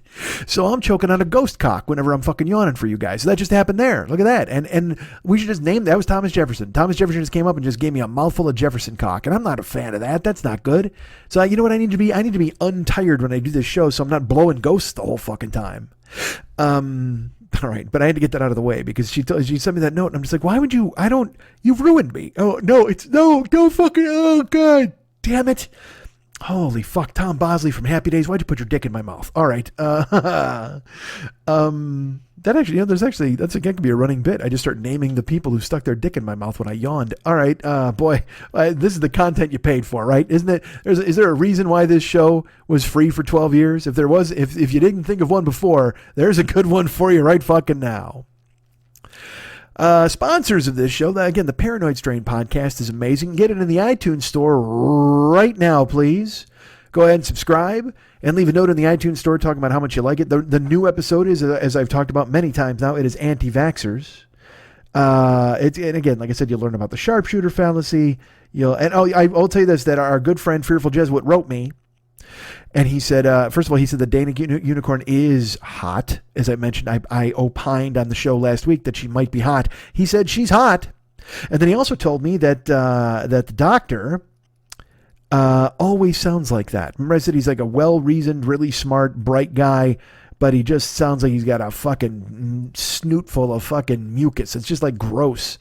And he's like, well, the guy always sounds like that. So I guess I can't pick on the fucking guy, but at the same time, when he's trying to give me some really smart and intelligent point about what's going on with these anti-vaxxers, I'm just going, maybe you should get a fucking flu shot yourself directly into your septum, because holy fuck, dude, blow your nose, man. Get some puffs or puffs with lotion. Which is what I buy because I like to pamper my nose. I get the Ultra Charmin. I get the puffs with lotion. All of my orifices are babied. So you don't fucking care. So there you go. So get the Paranoid Strain podcast is available now in the iTunes store. Download it today. You'll hear the anti-vax episode, but also if you subscribe, you get all the old episodes. If you haven't listened to those, they're fucking amazing. New one is in the pipeline. He's getting it done now. The man works hard in his podcast closet. And also send him a note, paranoidstrain@gmail.com, paranoidstrain@gmail.com. Send him a note and say, hey, look, Mike fucking told us to listen and we love the show. We dig downloading it. It's fucking cool as hell. And that will make me look like a hitter. He'll be fine and he'll go ahead and keep sponsoring the show, which would make me happy. And God knows you love when I'm happy, don't you? Aren't you happy when I'm happy? We're all happy when I'm happy, correct? The Paranoid Strain podcast, available now in the iTunes store. Download it, please, and learn all about fair maidens and cowpox and smallpox and all those other great things. And listen to Awkward Jesuit make her debut. It's a good episode. That's a great episode. But there's a ton of other episodes too that are amazing. You can download and listen to all of them. Write them a note. Tell them you heard about it here. The Paranoid Strain podcast, available right now in the iTunes store. Who else is doing a show? It's the Lovely and I was going to say Lovely and Possible, but that's strange. The Lovely and Talented. Our good friend Rob Matsushita, he has a podcast right now that you can download in the iTunes store. It is called brace yourself, are you waiting? It's The Knife Drop. The Knife Drop. It's about movies, it's about TV, it's about pop culture. You can get the new episode right now. It's there. You know what? He sent me the episode, and I haven't had a chance to listen just yet, unfortunately, because I've been very busy this week. I'm driving people to and from the airport. I went with my friend Michelle yesterday. Tonight I went to a show. Look at me being a fucking busy guy, right? But I know that in this newest episode they talk about the movie Walk Hard. Now I'll tell you what, I'm kind of glad I didn't listen to the episode. I've never seen Walk Hard. I know Mex keeps telling me how unbelievably fucking brilliant it is, and I need to check it out. He said he loves the fucking Beatles scene. All of it is just great. And I've heard amazing things about it too, so I need to see it. So maybe I can see it, and then I can listen to this episode. That would be good, but I don't need it spoiled for me, so I'm glad I didn't listen. But yeah, Walk Hard. They talk about Walk Hard. Our friend Rob interviews Christopher Chen. He's an actor. They talk about Asian stereotypes in casting. And the aforementioned and poorly named Big Slim McGroovy talks about the possibility of a non-existent movie called Death at a Preschool, which, if that's a movie that doesn't exist, I say somebody needs to get on it and make a movie with that title right fucking now. Death at a Preschool. Big Slim McGroovy talks about that on the newest episode of the Knife Drop podcast, and it's available in the iTunes store right now. Go ahead and download that, and you can contact Rob through Facebook, facebook.com/ I'm pretty sure it's facebook.com/Rob Matsushita. Is that where he is? I think so. Yeah, it's rob.matsushita. Facebook.com/rob.matsushita. Go ahead and find him and talk to him about the Knife Drop. It's brought to you by Mill Creek Entertainment and the Movie Street streaming service. Movie Spree streaming service. That's hard for me to say in the middle of the fucking night. But he does amazing work on the Knife Drop, Rob Matsushita, and check it out. Go ahead and download it now. Listen to this new one, please, and then write him a note. Tell him that you heard about it on our podcast, and you loved it, and you dug it, and you learned all about Walk Hard and all the cool-ass things that you needed to know from our good friend Rob right there at the Knife Drop Podcast. Available right now in the iTunes Store. Leave a review if you would, talking about how much you liked it. Send him a note if you will on Facebook, telling him that I sent you, and that'll make me look good. And we all know we want to make me look good. Is that correct? I think it is. Cameo exists. You want to book me for a Cameo? Actually, before we get into that, I'll finish Cameo because I started it. Cameo is a phone thing. People have been very nice, and if you want to hire me to say Happy Thanksgiving to some people that you love, or if you want me to say, hey, blow me this Thanksgiving to people that you hate, I can do that. Go ahead to Cameo. Download it on your phone. It's an app, Book Cameo. I think it's also bookcameo.com or Cameo the app, and you can hire me. It's just a low price of $20, of which I see 3/4 of that. And it all goes into the war chest. I don't have a war chest, but it all goes to keep the lights on. So if you want to book for me for Cameo, go ahead and do just that. I'm available right now through the app, and I'm happy to tell your cousins how much you love them. I'll tell your aunt that you think her cooking is fantastic. Let's make it all positive notes for Thanksgiving, shall we? Let's do that. Whatever you want to hire me to do, I'm happy to do it. But if you want to be a dick too, I'm happy to do that too. Whatever you want me to do. Uber and Lyft exist. Go ahead and drive for Uber and Lyft. If you want to be a first-time rider, you can use my code for Lyft, Mike720057. That's Mike720057. All caps on the mic. And for Uber, you use the code DJZW1YTTUE. That's all lowercase. DJZW, the number 1, YTTUE. Use those if you're a first-time rider, and I get ride credit, which is fucking stupid. But if you want to be a driver for Uber and Lyft, and why wouldn't you? It's sweeping the nation. Go ahead and sign up with my code, and then I get money every time you, you got to hit a goal. I mean, you got to spend like a month driving, and then I get a big check. By a big check, I mean $50. But again, every little bit helps at this point. So if you want to be an Uber or Lyft rider or driver, please use my codes. Lyft, Mike720057. And for Uber, it is DJZW1YTTUE. We have a Twitch channel. Go ahead and check us out at twitch.com/the40year-old-boy. It's the 40-year-old boy Twitch channel with the super angry guy Gene Happy Good Time Twitching hour that's never just an hour. And I can tell you today is Thursday if you're listening to this now.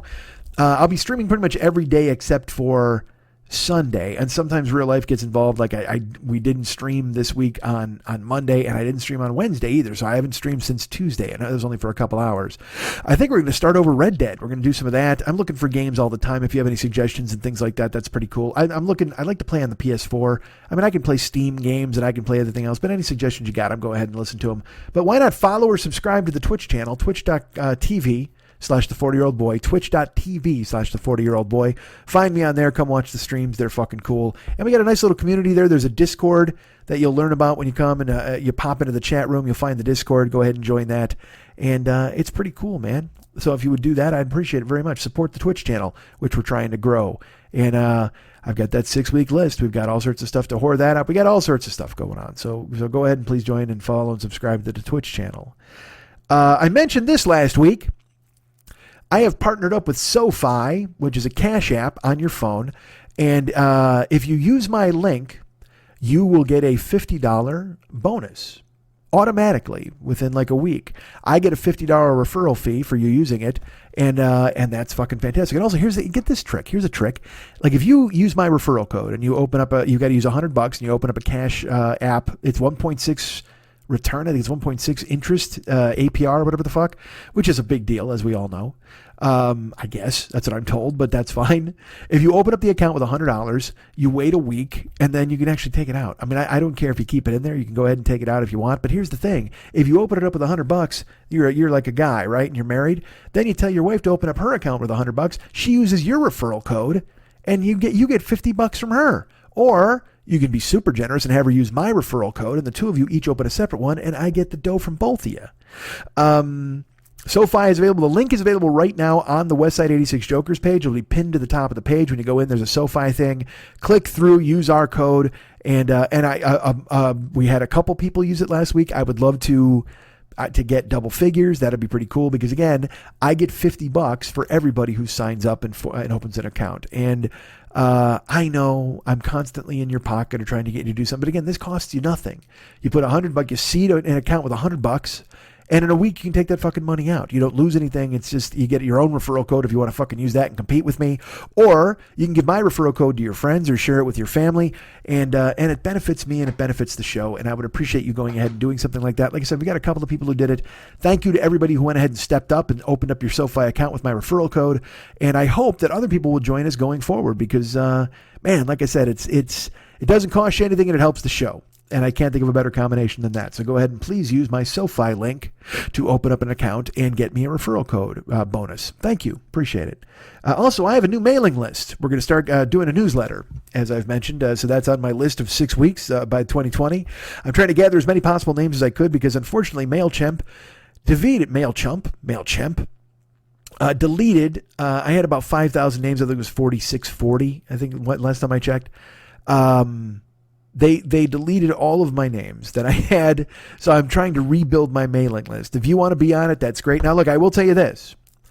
I'm going to start just taking addresses from people I've corresponded with via email and putting it on the mailing list, and you can go ahead and fucking opt out when the newsletter shows up, whatever you want to do. But if you want to just go ahead and cut out the middleman and say, hey, Mike, I want to be on the mailing list. Here's the address. Send me a note at heymikeaddme@gmail.com. Hey, Mike, add me at gmail.com. And then I'll know. I'll have your address. I think we got like 50 people this week, which was pretty cool, and I appreciate that. So let's double that, or even give me another 50 this week, and let's get you guys. Let's get this real newsletter just fucking rolling, man.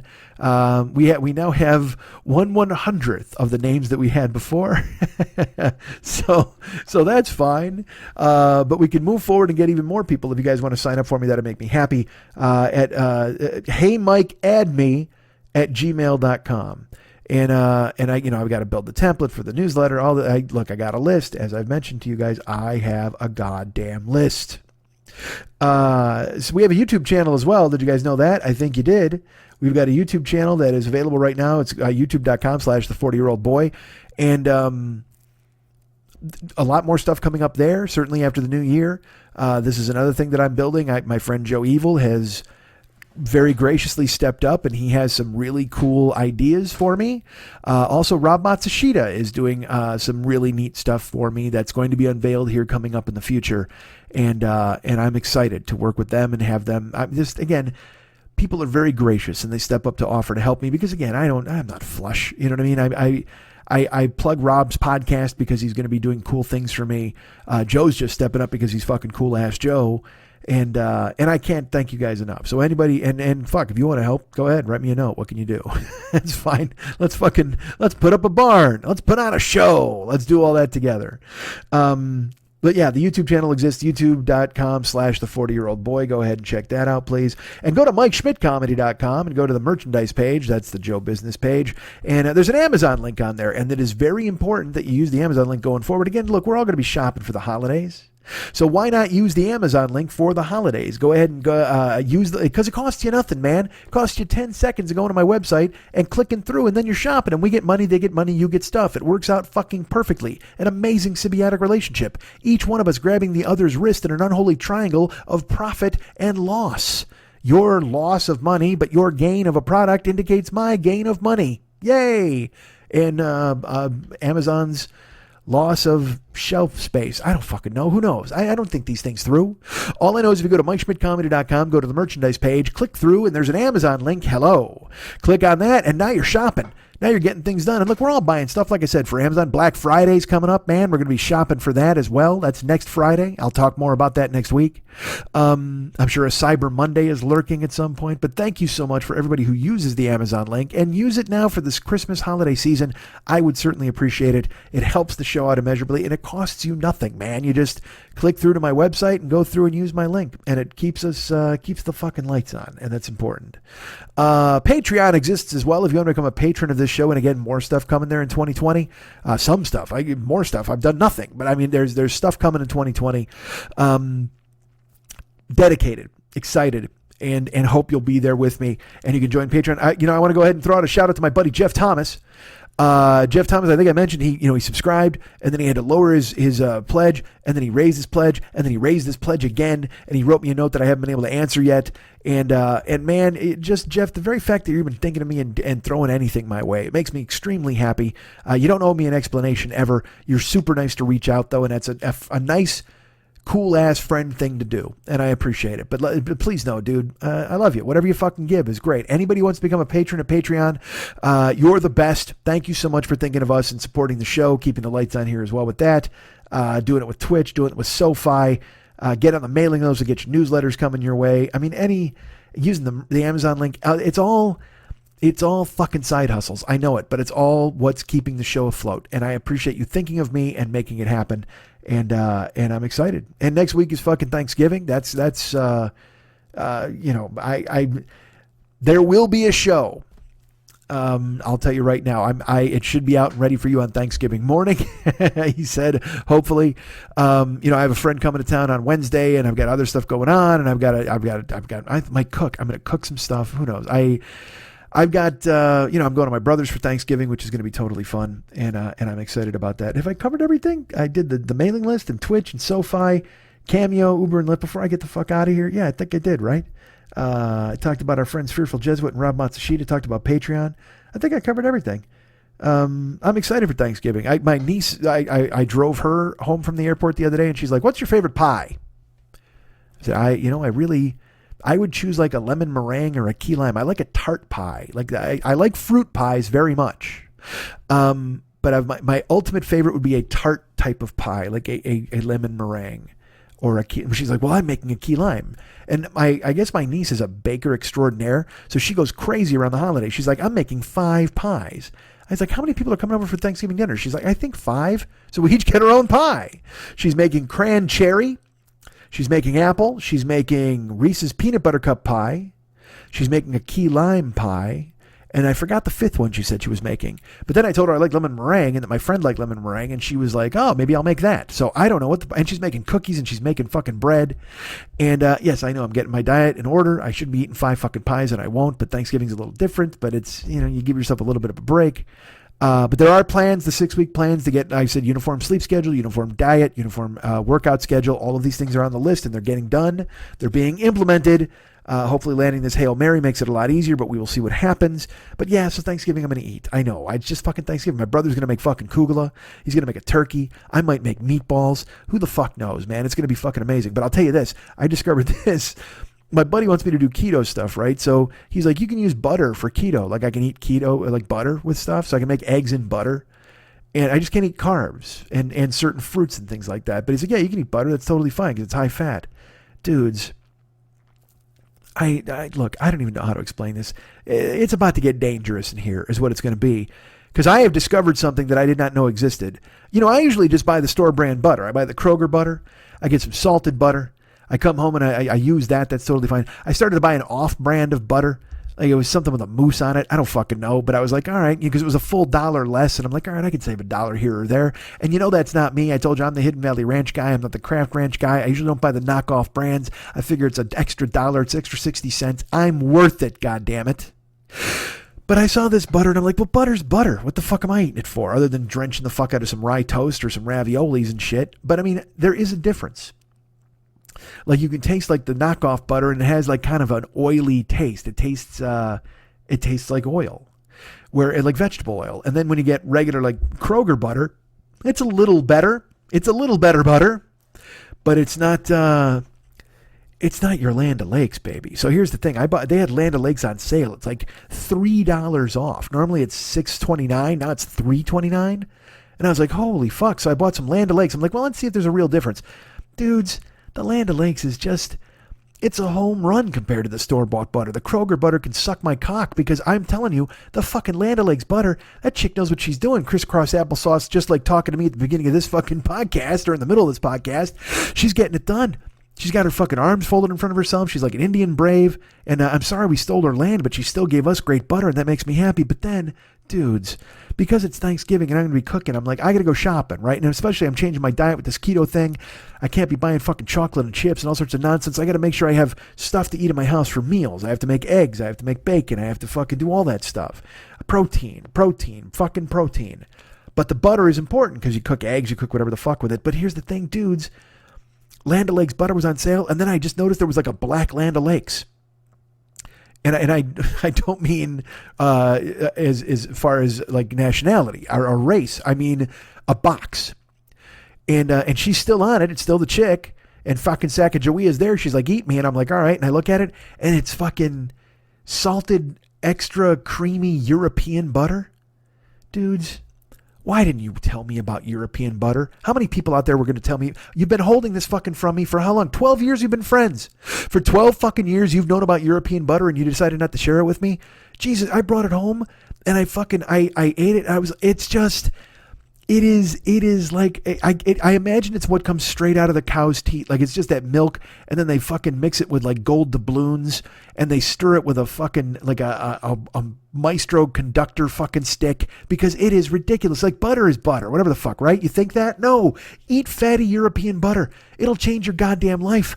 You'll do a fucking cartwheel. And you could never do one before. A somersault, whatever the fuck. You'll eat it. You'll be like, oh, dudes. And to the point where you're thinking, you know what? I wonder if I just ate a stick of butter, if that would be healthy. And now look, we all know it's not healthy. Clearly, that's not good for us. You should not choke down an entire stick of butter just on its own. But you think to yourself, you know what? I can get some popsicle sticks and I can make a decent snack out of this. Just jam it right up the butter's ass and just fucking go to work and chomp the shit out of this stick. Why the fuck not? I'm inventing snacks because fatty European butter is a game changer. Salty Kroger, whatever the fuck. That'll get you through. If you've only got $3.29, buy that stuff. But if you want to bump up to the Land O'Lakes, that's $6. Although it's on sale right now, go grab it. The regular Land O'Lakes, like I said, with the fucking Sacagawea on the box, that's fine. You can choke that butter down, and it's much better than salted Kroger. But holy fuck, the black box, the fucking, and it's like the black card, like it's like onyx, it's like marble. It's this fucking beautiful black box of butter, and you bring it home. It's like a jewelry box. There should be a hinge on this box. Fuck cardboard. This should be made out of a fine mahogany. If you're gonna store this kind of beautiful butter in there, it's like a cigar. You know what? It's like a butter humidor. You fucking open it up, and it's just classic.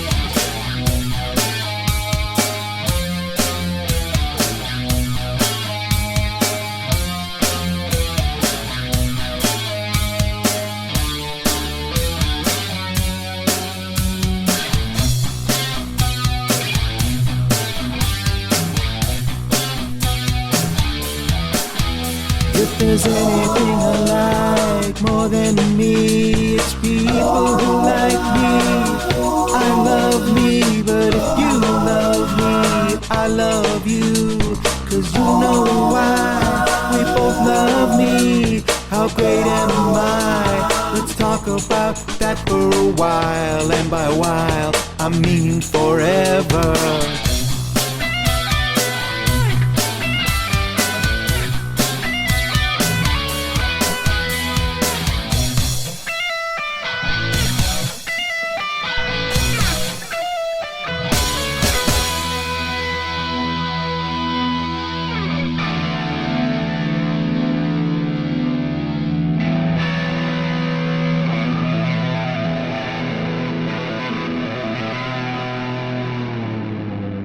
Charlie Doe Podcast.